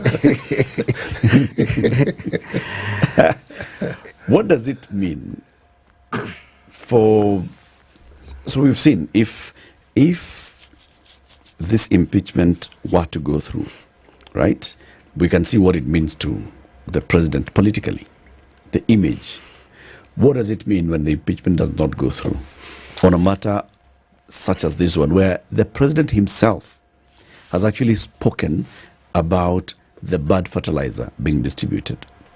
You know, if it was a matter where even we can just say, ilikuwa siasa ya that journalist, was he called? Nyamu, Jonaran. We just left it at that. Yes. But even here, the president himself has spoken not once, not twice, and said, yes, the issue of fertilizer, we are going to deal with it because it was wrong, and the people who are responsible and culpable for distribution of whatever word he used, right? He did not use the word fake. The bad fertilizer. Substandard, I think, yeah? The people who are involved in the distribution of the substandard fertilizer shall be held culpable, and we shall not allow this to happen. So the president has spoken about this, meaning that the president has acknowledged that there was something wrong, that there's something that is actually just going to puncture one thing that he has come out loudly and spoken about and said, subsidy at production. Food security is paramount. Fertilizer is the way to go. And then somebody is sabotaging that, and he has come out and fought it. But then his CS, who's in charge of it, who should have overseen that this thing does not happen, or taken action to avert its happening, or taken action immediately correct what is spared in Parliament. What is that politically? How does that look? Well, I said there wasn't any good thing coming out of this impeachment. It was doomed if you do, doomed if you don't, because if the impeachment sailed through, then it's a serious indictment to the president's judgment and integrity, because then one of your most trusted, most critical departments has been found to be corrupt. If he doesn't, then what happens to the fight against corruption? So it is a delicate balancing act for him, especially, and I think here politics will carry the day. But then what I expect them to do, and by them I mean government and even the CS, if he gets off the hook, is that we will have serious sacrificial lambs somewhere to appease the public. Heads will roll. So that's what I expect. They'll give us Barabbas. No murderer. Yes, that's what I expect. Mheshimiwa, this discussion gets even more interesting. Wakili. He'll be Mheshimiwa. Maybe he's promoting me to a Mheshimiwa. Wajua, kilichoko ni hiki. Mwananchi wa Kenya ambaye anastahili kuheshimiwa ni mheshimiwa. Bas, sawa.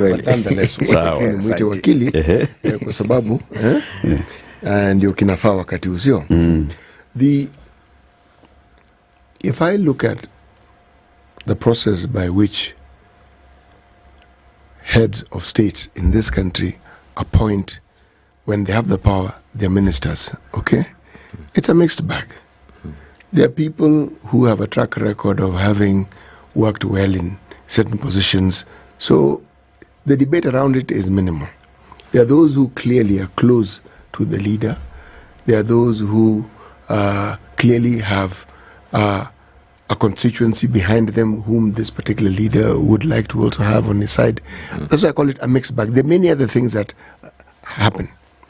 But if we look at this particular government, the one thing that seems to be consistent, there was always a question about the numbers of people and individuals who are appointed. Some who had cases in court, they were acquitted. Some who had backgrounds that were more questionable than they were not, they were appointed. So now, for whatever reason, if indeed such a person is then accused of something that is wrong, how then do you point a finger at the president? I'm asking this question because it's like saying that the president is a soothsayer, that he can actually see beyond what is obvious, and that he can actually tell ahead of time that this person will do this. People get into positions of authority and they change. Some for the better, some for worse. Yeah. Okay? So the holder of this particular cross ought to be the person who has actually been charged, not necessarily the appointing officer. I agree with you. But the question is, at what point then do you take responsibility as, the appointing authority? Because must you wait until Parliament does that for you? What about the cases that do not make their way to Parliament? Because you have the authority to hire and fire. So what then we expect, and that's why I'm saying it's a balancing act for the president, is that the moment you discovered that there was a problem, act on it. If you do not act on it, and then you allow Parliament to act, what are you saying about your capacity? That's why it cannot be Parliament doing this. In the history of this country, how often have we seen the president of the country asking people to step down? It has happened. Yes. I'm asking, how often do we see it? Rarely, and especially during the first term, because you banking on these same people to support you. Uhuru did this in his first term. Yes. And he asked six yes to step aside. Yes. And PSs. Yes. Did it cost him politically? One could argue it did. How? He got re-elected. Re-election in this country, once you're president, is a foregone conclusion. I don't even know why it is. We debate it. Because immediately after it, yes. Remember Uhuru addressed Parliament, and he said, I am fighting corruption. I have had a conversation with the EACC. They have told me they're investigating part of my executive officers, and therefore I am asking them to step aside for the investigations to conclude. Yes. And they were asked to step aside. Did it cost him? Were the people who asked to step aside, did they have stakes in that government? Did they call shots? Calling shots? Yes. Or they were replaceable? One of them was one of the quartet? Yes. Yeah, one of them was one of the quartet that formed the Jubilee coalition, Charity Ngilu. Yes. Remember, Jubilee was Ruto, Uhuru, Ngilu, Balala. Yes. Correct. Ngilu was among them. So yes, and you cannot argue that Ngilu was a powerhouse. Yeah, true. You see, I don't seem to understand. You see, the path is, even if someone is asked to step aside, doesn't mean they cannot come back. But stepping aside is just for the purpose of the investigation. But the perception and the control you lose from where these people come from, it's a serious consideration you have to make. So we blame the people. We blame us. Because we look back and say, exactly. And you've been hearing our people saying that. I come from Meru myself, so I know what I'm saying. There was no way you're going to separate this fight from... What if the president actually removed Mithika and put in another Meru? That would have worked, but again, Mithika is a force to reckon with in the region. Is he the only force to reckon with? He might not be the only one, but I'm saying, as of now, he's a force to reckon with. Okay. Yes. If the president had not appointed Mithika into the cabinet and appointed another Meru into the cabinet... Maybe myself, yes. Yes. Yeah. Would there have been some mumbling on the ground? In fact, if you want a good example, let's say it was you who had been selling whatever it is in the name of fertilizer, and you're removed, and Mithika was given your position. Well, I think I'm a small fish, honestly. Oh, you've retreated to that one, no? I think I'm a small fish. All right. I can't compare to the good CS. He's a good friend of mine, and I know the kind of influence he wields in the region. Do you believe, as we conclude in just 20 seconds, just the yes or no, do you believe that Mithika Linturi faced his accuser before the select committee? I do not think he was given that opportunity to face his accuser. But the accuser was there. It's Jack Wanami. It's on record. I would have expected, to be fair, Eric, for the Kenyan farmer to be the main accuser of the CS. They failed to do that because they brought people who were not victims. So if they had done a little bit of some research and taken a little bit of some time. Bring a farmer Bring who a says, farmer I who- got Yes. Muchanga. Yes. Muchangarawe. Yes. And this is the man responsible. That could have been should have made a been the case. accuser, yes. And maybe it would have made all the difference. Thank I you. think they failed in that. Elias Mutuma is an advocate of the High Court of Kenya, an experienced man in the matters of removal of public office and state officers from office. No, saving them from being removed. He's been our guest. Keep it here for more. It's 9 a.m.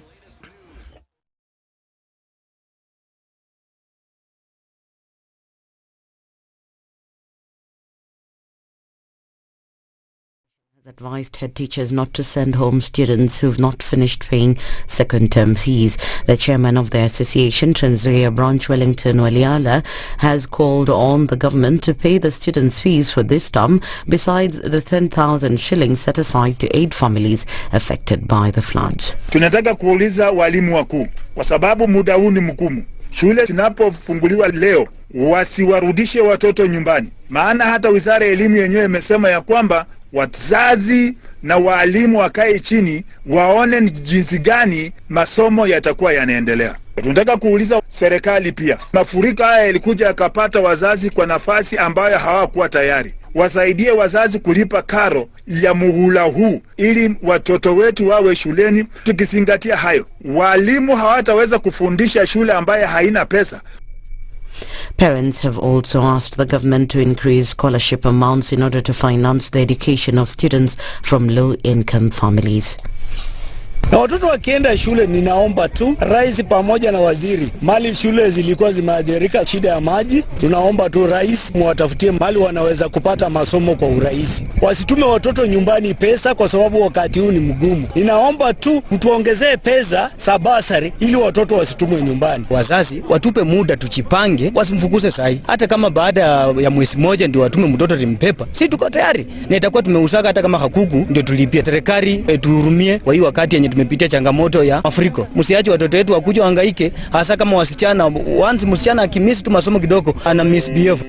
Schools are reopening today amid concerns over safety of learners and the conditions of the institutions as heavy rains and floods show no signs of subsiding in some areas. Muslim leaders say there is a serious threat on the safety of learners and have asked for a close monitoring of the situation. However, Interior PS Raymond Omolo has announced safety regulations to protect students, teachers and other school staff. As we take back our children to school, we have put enough mechanisms in place so that they can safely get back to the schools. And today the court is set to issue directions in a case in which 4 businessmen are charged alongside former sports CS Rashid Echesa of a fraud in the 39 billion shillings fake arm deal. The 4 are Daniel Omundi, Elias, General Juma, Kennedy Mboya, Crispin Odipo and Clifford Onyango. Still along the corridors of justice, the hearing of Kakamega Deputy Governor Ayub Savula in the 140 million shillings advertising tender theft is scheduled to proceed today. On February 5th this year, former ICT Principal Secretary Sami Itemere, who was also implicated in the case, was set free by the courts. This was after the ODPP made a withdrawal application stating that a review of the charges against 13 found insufficient evidence to sustain the charges, but the trial against Savula is going on. Kenyans have been urged to be on the lookout for a batch of fake breast cancer drugs in circulation legislation in the country. The Pharmacy and Poisons Board, in a statement, said a batch of falsified Herceptin 440 milligrams had been detected in the market. According to PPB, the said product is bearing the batch number C58383, manufacture date 12th 2021 and 11th 2024 as the expiring date. The Public Benefit Organizations Act is set to come into effect tomorrow. Interior Cabinet Secretary Kithure Kindiki says the new law provides a comprehensive and transparent framework for the registration and regulation of civil society entities operating within the territory of Kenya. He adds that the law provides for an inclusive, participatory and open society, which is good for the country. Police in Rongo, Migori County have launched investigations into the death of a businesswoman aged 42 years who was murdered in her house at Chamgiwadu Trading Center. Southwest Location Chief Maurice Ayeko said the body of the deceased had stab wounds around the neck, an indication that she was murdered. Ayeko said the people involved in the murder are yet to be identified, adding that investigations are underway. That's the Newswire. I'm Leah Ubaga.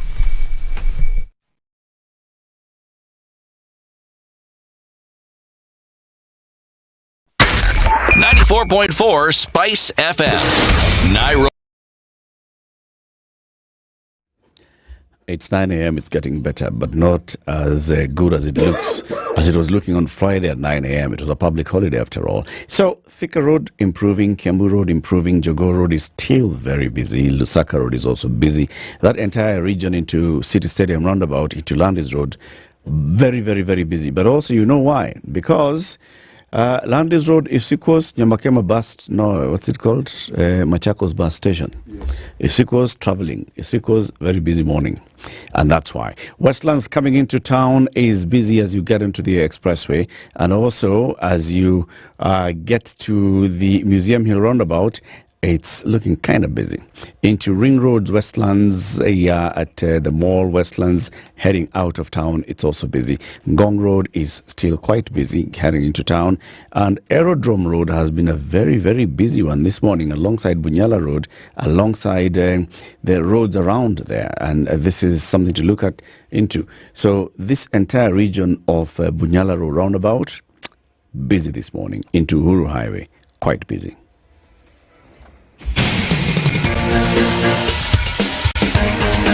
This is the Situation Room, the home of hard-hitting political commentary and penetrating insights about the state of the nation. This is a talk radio experience like no other. The Situation Room, a place for hard truths, debates, and elevated conversations. The Situation Room, witty, political, engaging, deep, controversial. In the room, we have C.T. Muga, researcher, academic, seasoned political observer, a fountain of wisdom in these politically uncertain times. Ndu Okoh, Nigerian by birth, Kenyan by choice, communications expert, Pan-Africanist, a truth seeker and believer in people power, and Eric Latiff, agent provocateur, the man in the chair, seasoned journalist, news hound, a man who believes in punching up, not down. This is the Situation Room, the only way to start your day. To the final hour of the Situation Room this Monday morning, 13th day of May 2024. Everybody who's catching up with the conversation much later, asante sana.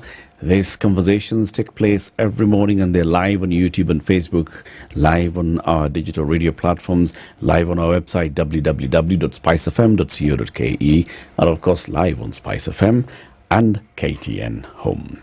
Showmax, Shika Showmax this weekend, City. Yes. Shika Showmax.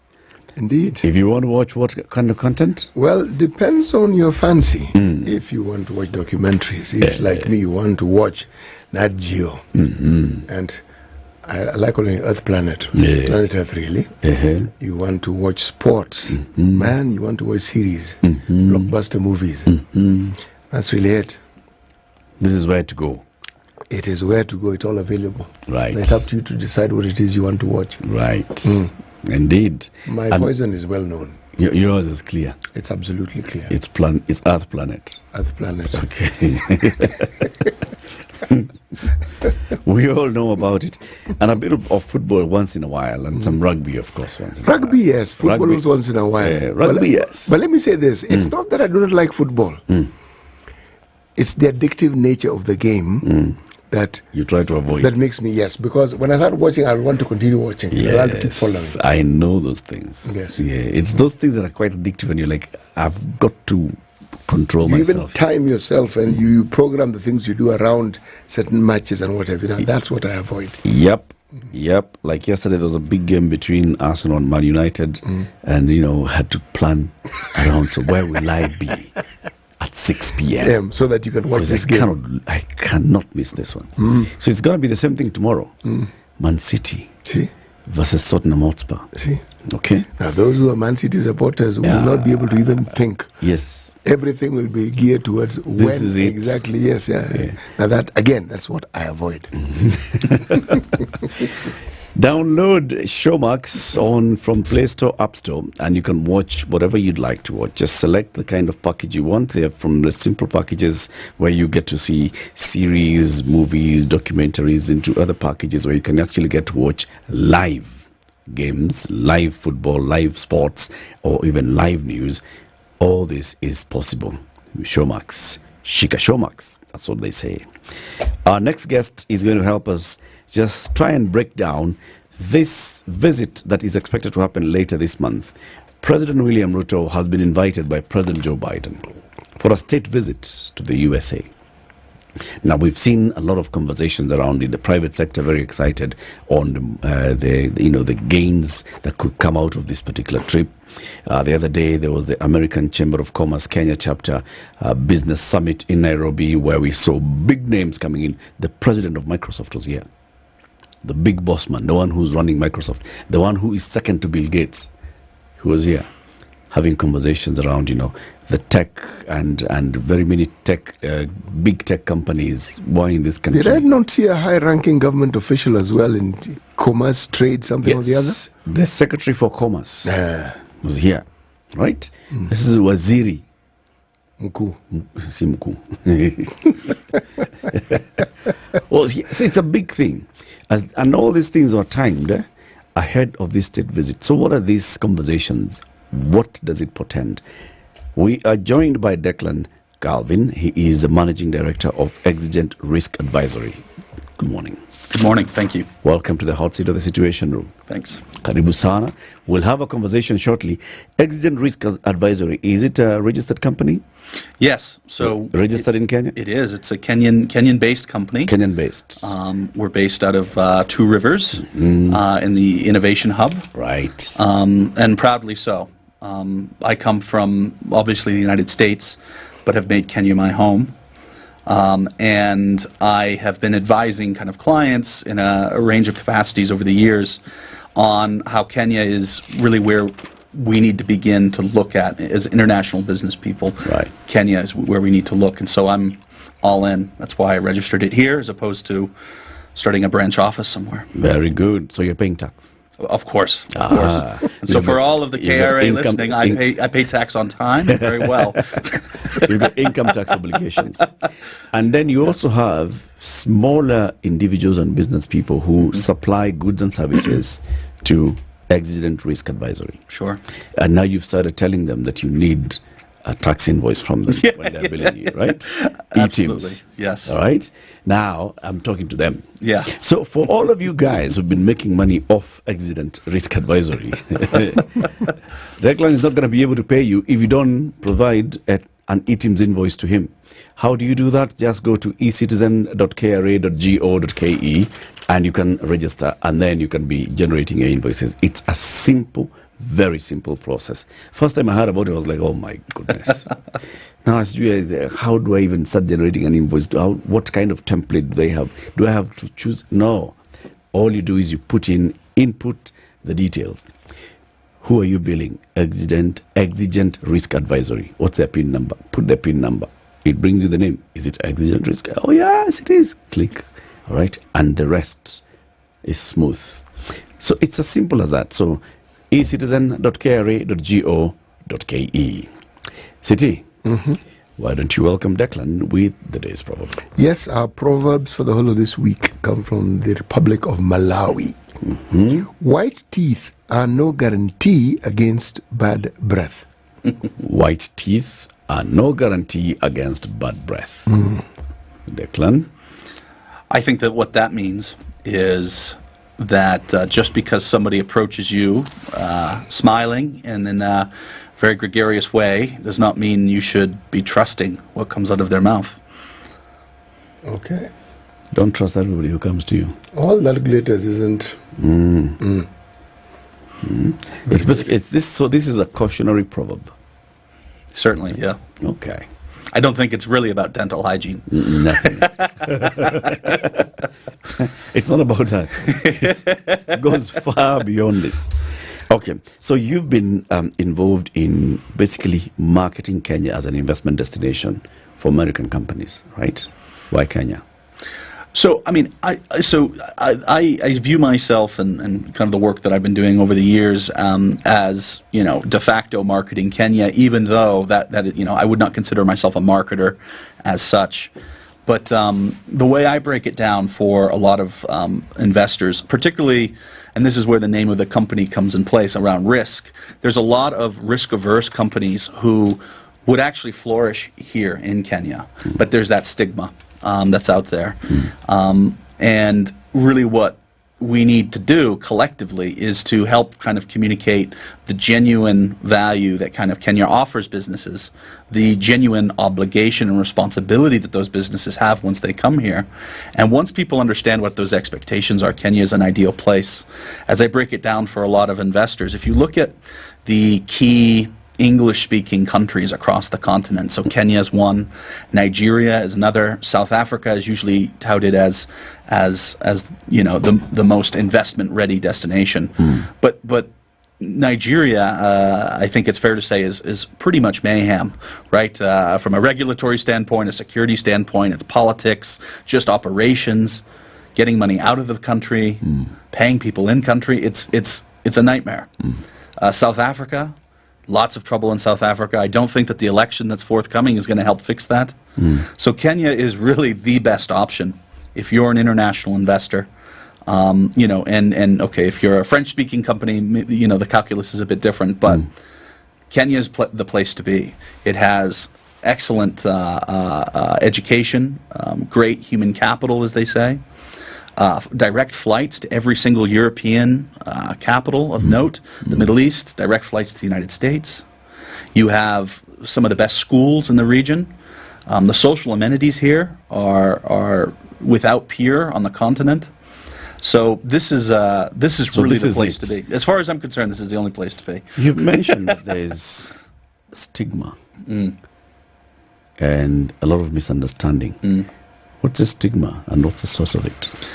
It's mainly around corruption. So if you talk with the typical American businessman, they are really straight shooters. I'm talking people who run their own companies, people who are looking to explore into emerging markets.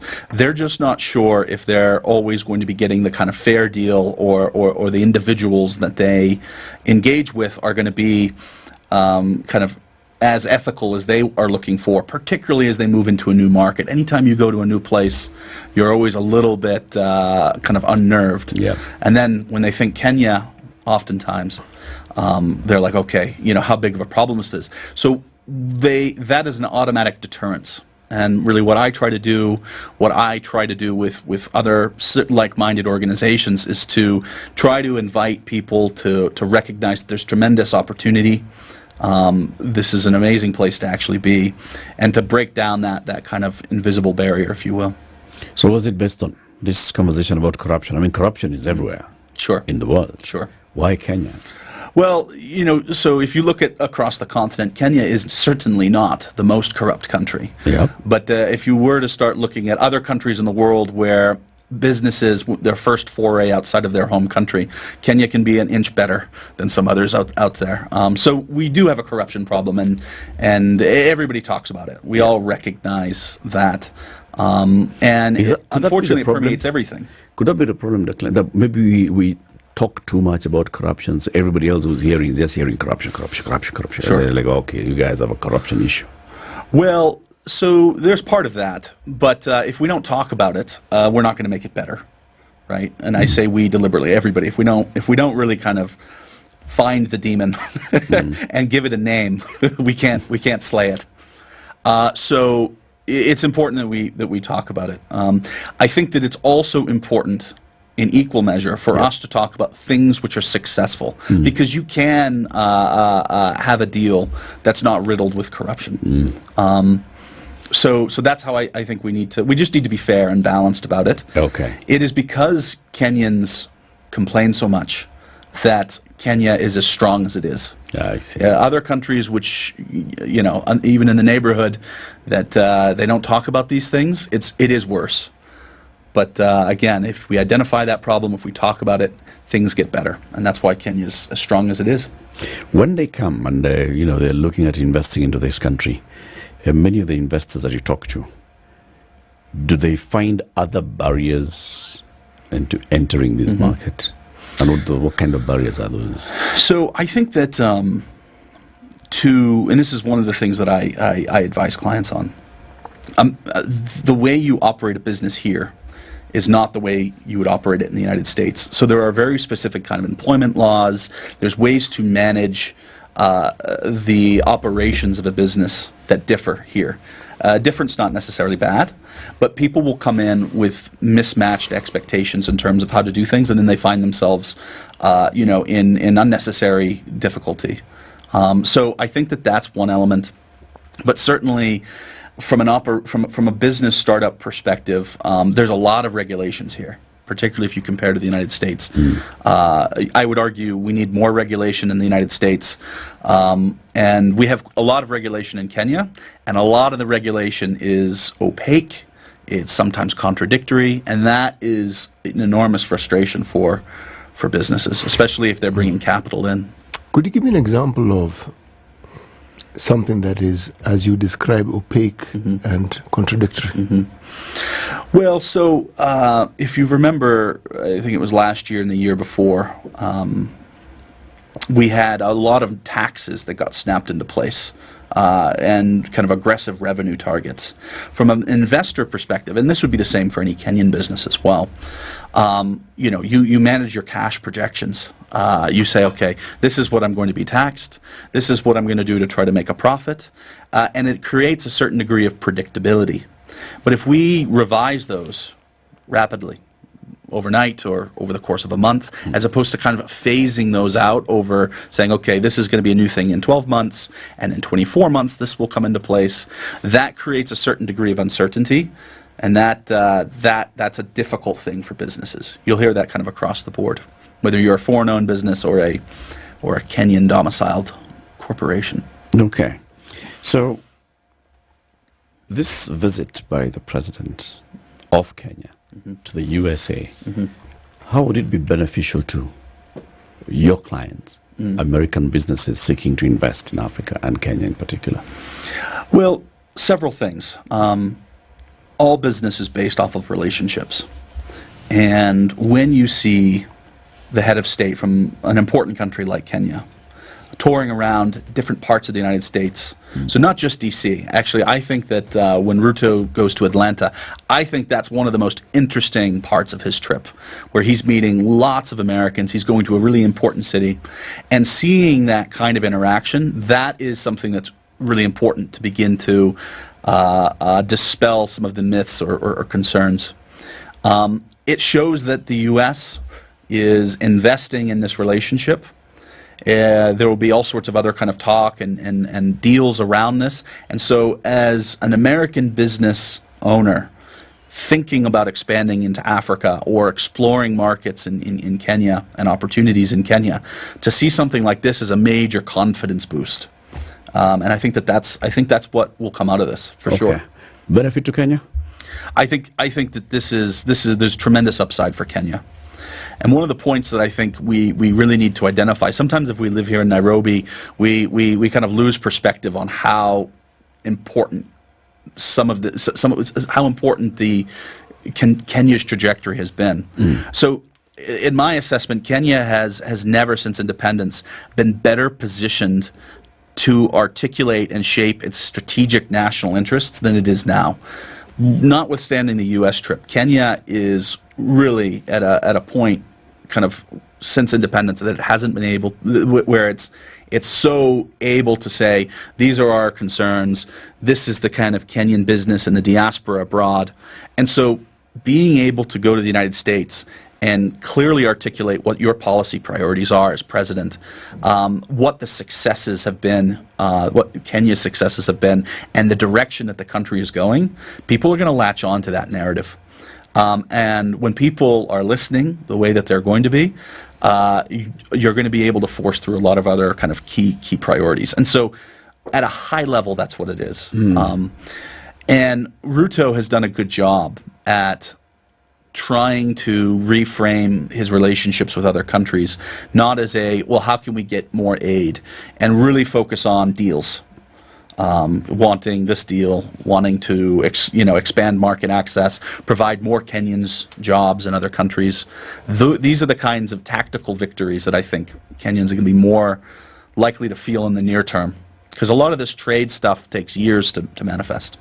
But then the stigma that you spoke of,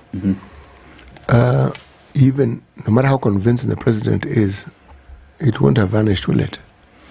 No, that's going to be a long-term problem set. But how do we deal with something long-term? It's piece by piece. I agree with you. It is piece by piece. But you tell me, somebody who has his money and wishes to invest and believes that certain things should be in place with regard to taxes, with regards to the ease of doing business. If those are already a problem that not only are identified, but which are in place, even if the promise seems good, will the needle actually move? It will over time.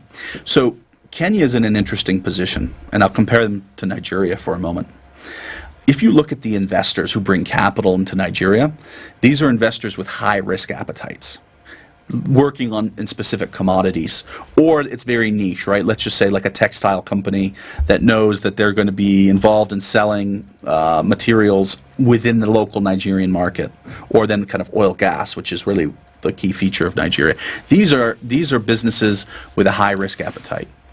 Kenya certainly wants businesses with high risk appetite, but if what it can do is to begin to position itself as the premier investment destination for people with moderate risk appetite, those are the ones who aren't the cavalier, adventure-seeking oilmen, but people who say, look, I've got a business and I can see that offshoring part of my business to Kenya, employing Kenyans, taking advantage of maybe certain tax regimes, that this is going to actually help grow my business.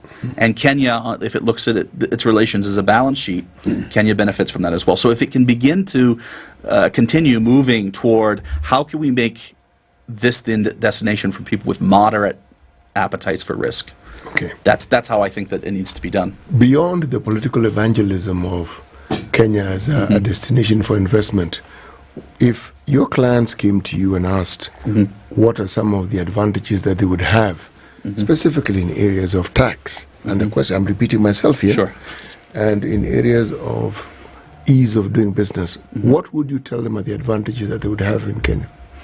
So there are some resources that I think are underexploited that can help businesses in that particular sense. So you're aware of Ken Invest. Ken Invest is supposed to be this one-stop shop to help people kind of navigate the intricacies of Kenyan government and licenses. This is something which is a resource for people. I've said elsewhere, I'm a really strong proponent of TRIFIC. That's the Two Rivers International Financial Innovation Hub, which is working with CESA, the Special Economic Zone Authority, to really try to draw in large kind of more corporate investments. I think that that's an opportunity. And in Kenya, despite being fairly large in population, still feels like a small country. And so the network of business support that you can get, whether that's the American Chamber of Commerce, Business Ireland, Kenya, BCCK, depending on where it is that you come from. There are these networks of people and relationships that you can have that help you make the right decision, that can make those kinds of introductions so that your business is successful. That exists in Kenya. You're allowed in Kenya to have these kinds of business associations. There are other countries which you're not allowed to. So I think that is how I talk about this to investors. There are networks here, there are resources here, and there's relationships that you can forge. Okay. Looking at it, let's take a break and then we come back and continue this conversation. It's 29 minutes to past 9. We'll be heading into the last half of this show this morning shortly. Declan Galvin is the Managing Director of Exigent Risk Advisory. This is a company that advises clients, investors, multinational investors into looking at Kenya as an investment destination, focusing particularly on American companies, right, that are seeking to come into this country. And we are talking about President William Ruto's expected state visit to the USA. What does it mean to Kenya and for Kenya? What does it mean for American businesses that are seeking to invest in Kenya, or even those that are already for a long time investors in Kenya? A big one like Coca-Cola, for example. He'll be visiting Coca-Cola, I think, when he goes to Atlanta. He should. If he doesn't, what are you going to do in Atlanta? Okay, we'll be back shortly. Good morning.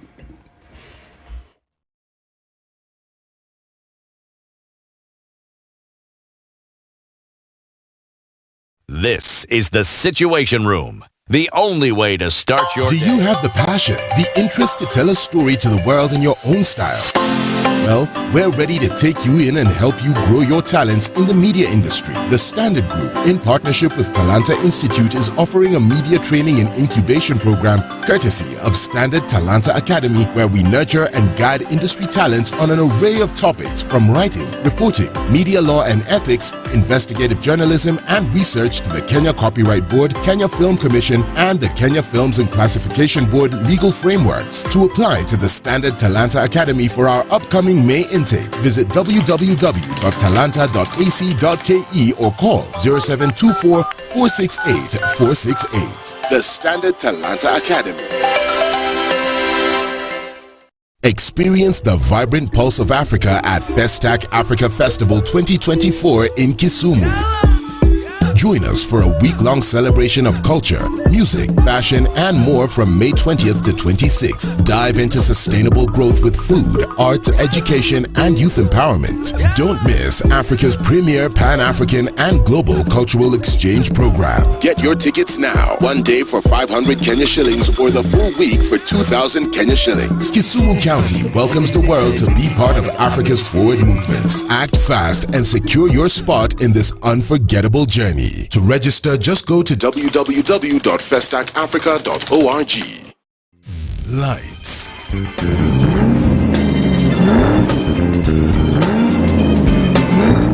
Digger. Action. This season, we're celebrating the heartbeat of every family. Moms.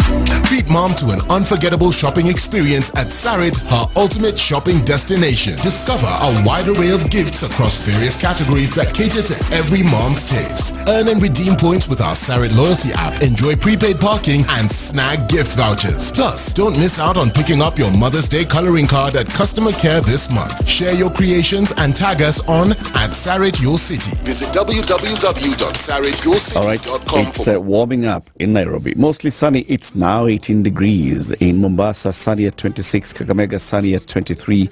Eldoret, sunny at 20. Malindi, sunny at 29. Kisumu, sunny at 26. Nakuru, sunny at 19. Nyeri, sunny at 19. Kampala, sunny at 26.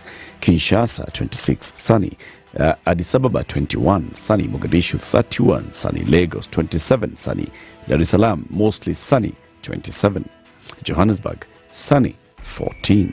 Paris, 15. Dongcheng, that is Beijing, 32. And then you have London at 14, a sunny morning, and New York, clear skies tonight at 10. Mature, intelligent talk every morning. Right. 94.4 Spice FM, Nairobi. So there has been an issue that's clogging up traffic this morning at the Bunyala Road roundabout, and that has affected Bunyala Road, Uhuru Highway, Douglas Wakihori Road, that's what we call Aerodrome Road nowadays. And that has also now spilled over into the Nyayo Stadium roundabout. So it's affecting Lusaka Road, it's affecting Mombasa Road, it's affecting all the way South Sea, it's affecting the road that comes out of South Sea, and this is called Keganjo Avenue. It's affecting South Sea itself, Mohoho Avenue as you head into towards Nairobi West. It's affecting the expressway as you come out of the expressway at South Sea, at Capital Center. As you get onto it, traffic. It's crazy. So there's traffic on the expressway exit at Capital Center heading towards town. There's traffic from South Sea, from Bellevue heading towards Nyayo Stadium. It's basically South Sea. This morning at this hour is looking crazy, and that's all spilling over into that. Lusaka Road heading into City Stadium roundabout is so bad it begins at Enterprise Road roundabout. Okay. Anything else? Just be patient. You'll get there eventually.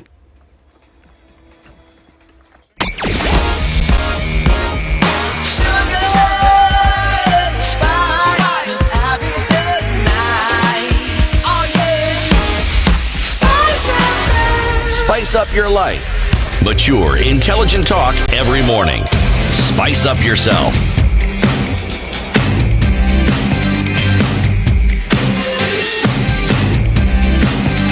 Mornings done right. 94.4 Spice FM, Nairobi. 25 minutes to 10. Our conversation continues. We are looking at President William Ruto's expected state visit to the United States of America later this month. What are the benefits for Kenya? What are the benefits for those American companies that are seeking to come and invest in Kenya? Declan Rice. Sorry, I'm an Arsenal fan. I had to throw that one in.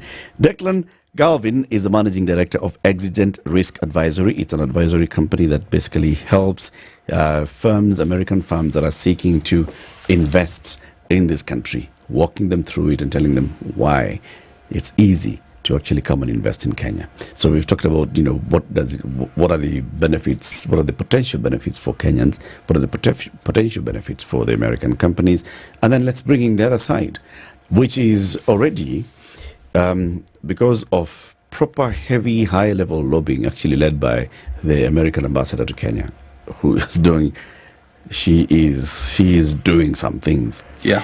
We have already seen lobbying for many tech companies that are investing in the country, and the law has been saying, okay, so you come to invest in Kenya, 30% ownership must be local. That was lifted after last year's, lobbying. So we've also seen some tax incentives and rebates, establishment of special economic zone here and there.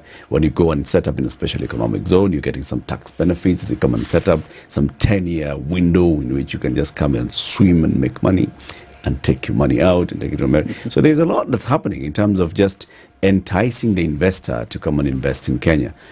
Are we giving away too much, Declan?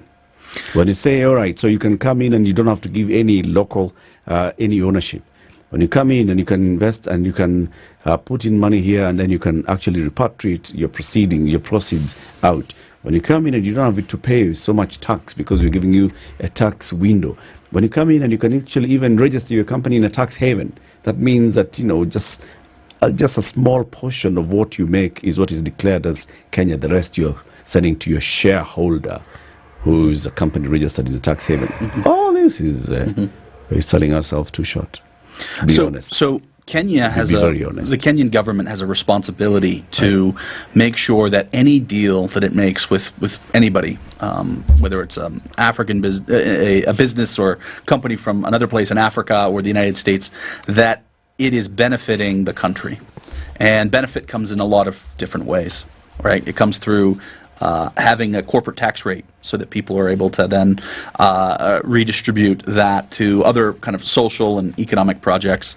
It comes with making sure that there's a requisite amount of employment and that these are meaningful employment opportunities.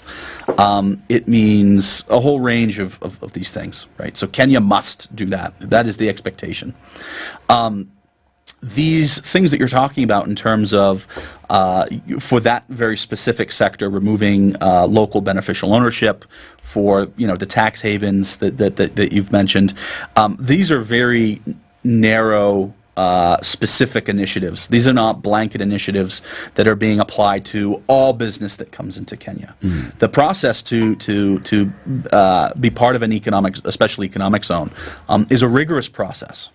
And those checks to make sure that Kenya is not being taken advantage of is part of that review process before they grant that special license. So I think that's really important to identify. And the decision has been made, and I think that on balance it's a good decision that that Kenya will attract more investment.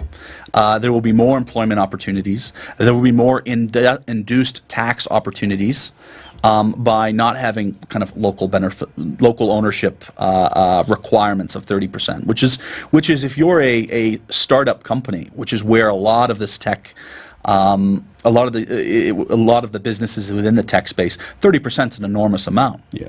And actually, if you were to want to scale your business into Kenya, and you're looking at a 30% ownership in Kenya, or not 30% in a place like Nigeria, and that you're an early stage and you're going to want to sell part of your company to people later on, that 30% would say, maybe I can't go to Kenya. Yep. This came out of, because this is a really good question that you ask, the decision to drop that 30% came out of long discussions between not just one presidential administration, but two. Yep. And various business leaders, various experts out of Treasury, out of Trade, and that's how they arrived at this. And so I think given that amount of process that's involved, I think that they've made the decision that's right for Kenya. One of the things that political leaders in Kenya and those who believe that they speak for the citizenry argue is that we have an alarming unemployment rate in the country. Alarming. Yep. In fact, frightening to some degree. Every time one hears of investment, the conversations are good, and there's always a little bit where we're told that it will create employment. Sure. But how much employment does the investment actually create? We understand the business angle of it. We understand the taxes that the government can benefit, all that we understand. But does it help that journey of beginning to solve our unemployment problem?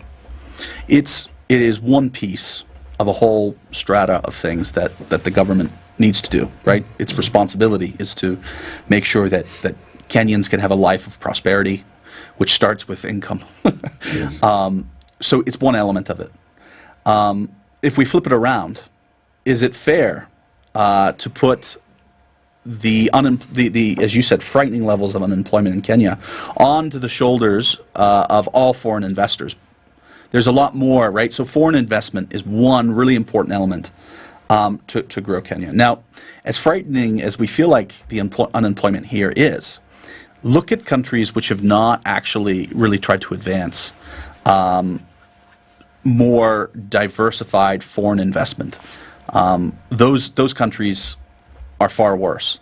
And the only buffer, if at all, for those is they're still going to be overwhelmingly agricultural, so they're living in rural areas without the degree of urbanization that Kenya certainly has. That's not to say, of course, agriculture is king in Kenya, it very much is. But we have to look at Kenya with a different lens than other countries on the continent, and we need to look at Kenya trying to attract foreign investment through that lens, something that's unique to this country, because this is a unique place compared to its peers. I will say, look, so anecdotally, right, the companies that I've had the pleasure of working for, I mean, there are very few foreigners, right? Is that necessarily the right metric for success? Maybe, maybe not. But I see, with similar companies that I've worked with, businesses that I've supported, there's no question. Well, of course, we're going to be hiring from this labor market. Of course. So some of the companies that we see, investing in this country, say from America, many of them tech companies, the big investors, tech companies. You've got the big manufacturing firms like Coca-Cola, of course, having a presence here and such. But then what other industries are American companies looking to invest in Kenya? So the digital economy is being pushed significantly by this administration, also the previous administration. Yeah. So that is where we're seeing a lot of the kind of exciting activity. But the Ruto administration has clearly identified agricultural products, everything from fertilizer to finding markets for export as a key priority. And that's a good priority because that touches every single Kenyan. So if you can improve the agricultural sector through partnerships, then it helps everybody. Everybody has a shamba.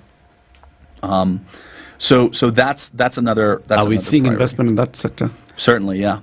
American companies, for example, investing in what? In inputs, fertilizer, seeds. So there's two layers of that investment support. So where you're seeing most of the traction is through trade agreements. So AGOA is set to expire, the Africa Growth and Opportunity Act, which has preferential access to U.S. markets for agriculture and textiles. So Ruto and his administration have clearly prioritized the need for that to be extended. And again, as I was mentioning earlier, because Kenya is really able to kind of shape policy internationally more than it has before, shape the terms of AGOA. So that's at that government level. At the business level, a lot of what I've been seeing have been how can we help farmers improve their crop yields through technology. What are the tools that they're missing that they can actually do this better? How can farmers access local distribution chains better, saving more money? All of that is where you're seeing kind of investment support on a micro level. Okay. Yeah. Trade negotiations between Kenya and the U.S. So they started under the Trump administration. Then the Biden administration comes and says, okay, forget about that. Let's redo this whole thing from scratch.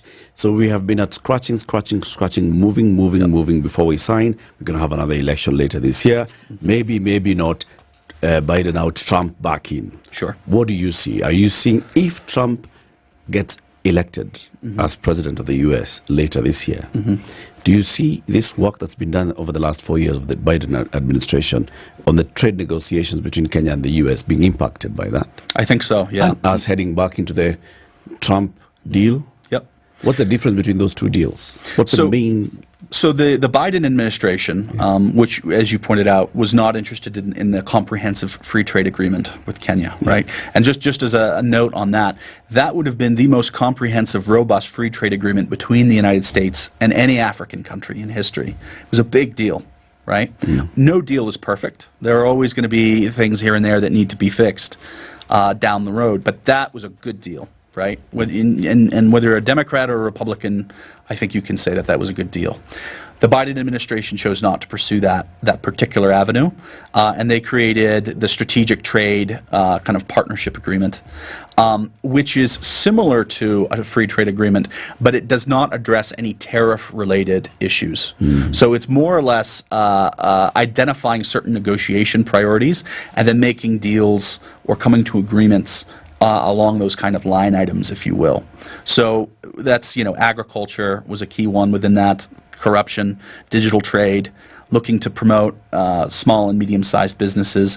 That's pretty much what STIP has been. Yeah. But I do think that if we see a Trump administration come November, I think that they will probably try to resurrect that FTA line of thinking. Which means more years without a proper agreement between Kenya and the U.S. Absolutely, and I think and that is frustrating, right? I don't find that to be an acceptable state of affairs. As I've said in a variety of forums, the relationship between the United States and Kenya is too significant for us to allow it to be subjected to these kinds of whims and changes in political administrations.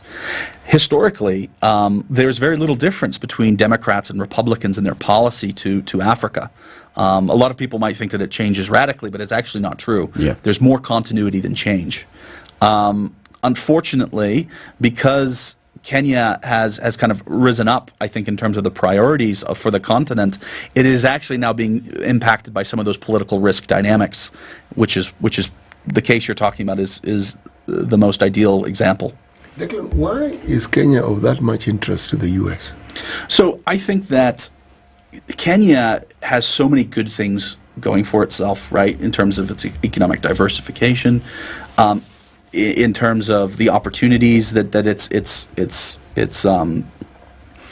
it has created for itself, and it's a model, from the U.S. who unfortunately looks at, and I'm talking the government now, who looks at African policy overwhelmingly through a defense and security lens. Kenya is showing that it has more kind of diplomatic and trade potential than particularly in terms of ease of doing business and all those things we kind of talked about, compared to some of its peers. The line that I've used before, that it's not that the relationship between the U.S. and Kenya is just blossomed out of nowhere. There's no country in sub-Saharan Africa who's had as good of a relationship with the United States for as long as Kenya. And our relationship has been so strong that our first black president is also a Kenyan. So there's certainly a long-standing connection there that we can't ignore. Yeah. Kenya has kind of come into its own. Right. And I don't mean that in a condescending way. There's no country on the continent that has made the successes that Kenya has done. It's tremendous, right? So that would explain why there's more attention. There are those who differ with you on that particular point, but... Can I elaborate on it, right? Yes. So I think this is important. Uh-huh. 35 years ago, if we were sitting together and we would say, and I were to tell you that Kenya would have multi-party democracy, you would say, no way, never, KANU forever. Mm. And yet, however imperfect, 1992, we had multi-party elections. Right? If I was sitting here 25 years ago and I would say that there will be a peaceful transfer of power, mostly peaceful, from KANU to an opposition party, we would say never. Moi would never, president for life. And yet this happened. If I was sitting here 20 years ago and I said that Kenya will have a new constitution that significantly devolves power to local governance units, we would say not in this government, never. And if I were to say 10 years ago that the Supreme Court will rule against an incumbent and say your election was not satisfactory, do it again, we would say never. And Kenya has achieved every single one of these things. Show me another country on the continent that can say that. City, you're thinking. No, I'm not thinking. I know where the Supreme Court overturned the elections. Yeah. But not all that. Not all of this. No, all of this. Right. No. But then, that's the sort of argument you'd put across when you've already favored a country. So you're looking for all the good things that you can point to and say, well, they've done this. Well, they've done this and they've done the other. But there's always the question of governance. Sure. Because in the absence of good governance, then the issues of corruption and other undesirable traits that may be present in the country should be dealt with. So what would you say is the position of the U.S. when it comes to these things? Because in the absence of the emphasis on good governance, all these good plans will, in my opinion, come to naught. Sure. The needle won't move, and the ordinary citizen will not benefit. Sure. Yes. But good governance is not zero-sum. It is a process. And the U.S. itself does not have the best governance in the world. It's, of course, I don't think it's as bad as what we have here. But look at the Trump administration. It's right? worse. Right? Look at the Trump administration, right? And everything that he did. I mean, the attack on the Capitol, which he incited. I mean, this is inconceivable for me, right? But these things happen. It's a mark of democracy. Yes, it's people expressing themselves at an election. Right. We have that. In fact, you should have just come and this maandamano. We have several handbooks in that regard. Sure, in regards to this thing. Declan, some of these questions, we have actually extended an invitation to Ambassador Meg Whitman of the US to come and speak to us ahead of the visit. Great. And things going to plan, we'll see whether she accepts to come. Wonderful. And probably we've set aside time for her to come on Wednesday morning. Wonderful. And we'll see if we can ask same questions we are asking you today. We'll ask to the ambassador who represents the U.S. government. Well, I'm sure she'll answer far better than me. In this country. You're looking at it from the point of the risk, from a business and investor's point of view, from the one who talks to actually people, and hearing the questions that they ask you regarding all these issues. Are American companies really, really concerned about governance and the governance system in the country? Absolutely. I mean, why? That ranks. If we define governance as everything from kind of transparent ownership to anti-corruption and making sure that the right kinds of protocols are in place, that's a huge thing. So it's a part of it is a function of how Americans do business. Americans. But there's corruption in America. Yes. American companies have been involved in global corruption scandals. Yes. Just the other day, some fishing thingy here in, which country was it? Was in Mozambique, right? Sure. American companies involved, and very many others. Sure. In fact, just some don't come out in the open, but you can just see American hand, the hand of American companies involved in just greasing their way and palms around the continent so they can get things done. Sure. Are they really concerned about those companies? I think are first not representative of the typical business deal or business leader. And that those cases need to be investigated thoroughly, and if fault is found, there needs to be prosecutions. Right? No question. But surely, Declan, if that is the case, then how is it then that America speaks very loudly against certain countries that are seen as tax havens, and yet you have your own tax havens, Delaware being one such place? So how is it? Which examples are they speaking against tax havens? You see, tax havens are supposed to be the places where corrupt people take their money. Now, this continent is notorious for leaders who squirrel away the hard-earned money of their countries and take it to all these places. Sure. Okay? Now, which tax havens have the U.S. specifically come out against? Right. So I'm not familiar. With not that they have come against the tax havens, but the process of people who are able to squirrel their money away because these particular places exist. Sure. Yes. Well, so just because you have people who drink and drive and abuse their vehicles on the road doesn't mean we should take cars away from people. There are very specific economic incentives that don't involve criminal activity. Why a lot of places would want to be that. If you look at a country like Mauritius, which doesn't really have anything in terms of ways to have sustenance for their people other than some tourism, that's what a lot of people consider to be a tax haven. But this is, this can be fair within the broader trade framework. How then is it then that tax havens get this bad rap that they have? Well, why is it that, do people talk about it in a positive light? Not really. A majority of the tax havens are actually in the developed world. Yes, they are. Right? And that developed world is not talking trash about the tax haven. They talk about the people. Yes. Yeah, that's who, they steal from their people. But you all know that the money ends up in their capitals. Yes. In their financial systems. Sure. Yes. So they don't talk badly about where the money goes. It's where the money is coming from. Sure. And imposing sanctions at that point. Sure. But then quietly ignoring the fact that money has been stolen by Sani Abacha from Nigeria. It has ended up in Western capitals for many years. It's developing those economies, but taking it back to the people of Nigeria. Oh, that's where we have to have a conversation. Totally. So from that perspective, I completely agree. Right.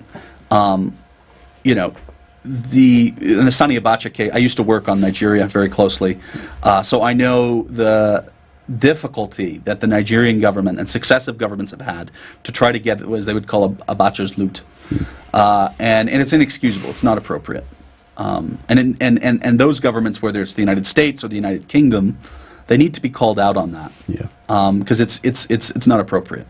But just because Sani Abacha used offshore means to put money does not mean that's a nefarious act in of itself. By any means, nor, to use the example with the car, just because you abuse driving privileges does not mean everybody should lose it. There are very important reasons that we need to drive from A to B. You see, I wasn't bringing up this particular point to prove that there's something wrong with the American system. I was simply trying to say that in every country in the world, people will find a way of making sure their countries benefit from other people. Sure. A tax haven makes business easy, whether it's in registering your company, like people talk of Panamanian ship owners and what have you. It makes the business easy. It's easy to actually, and the rules are far, far relaxed. And there is a good economic reason why that is so. But you see, why I also mention it is because there has been talk and plans to have an Africa free trade area that benefits the continent. Well, that's a conversation for another day. Because the moment the U.S. trades with individual countries, it automatically jeopardizes that particular plan for the continent. Or maybe it builds up onto it. Another conversation to actually have with Meg Whitman. Yes. When she comes this week. Yes. Declan, thank you very much for joining us today. Thank you so much for the invitation. It's been a good conversation. Yeah. We'll have you again. Please. Soon. Declan, not Rice, Declan Galvin. He's not an Arsenal player. He is the MD of Exigent Risk Advisory. He's been our guest looking ahead to President William Ruto's state visit to America. We'll have more and more conversations ahead and during that visit and also even after that visit. The Situation Room, have a lovely day. We'll see you again tomorrow. It's 10 a.m. Spice up your life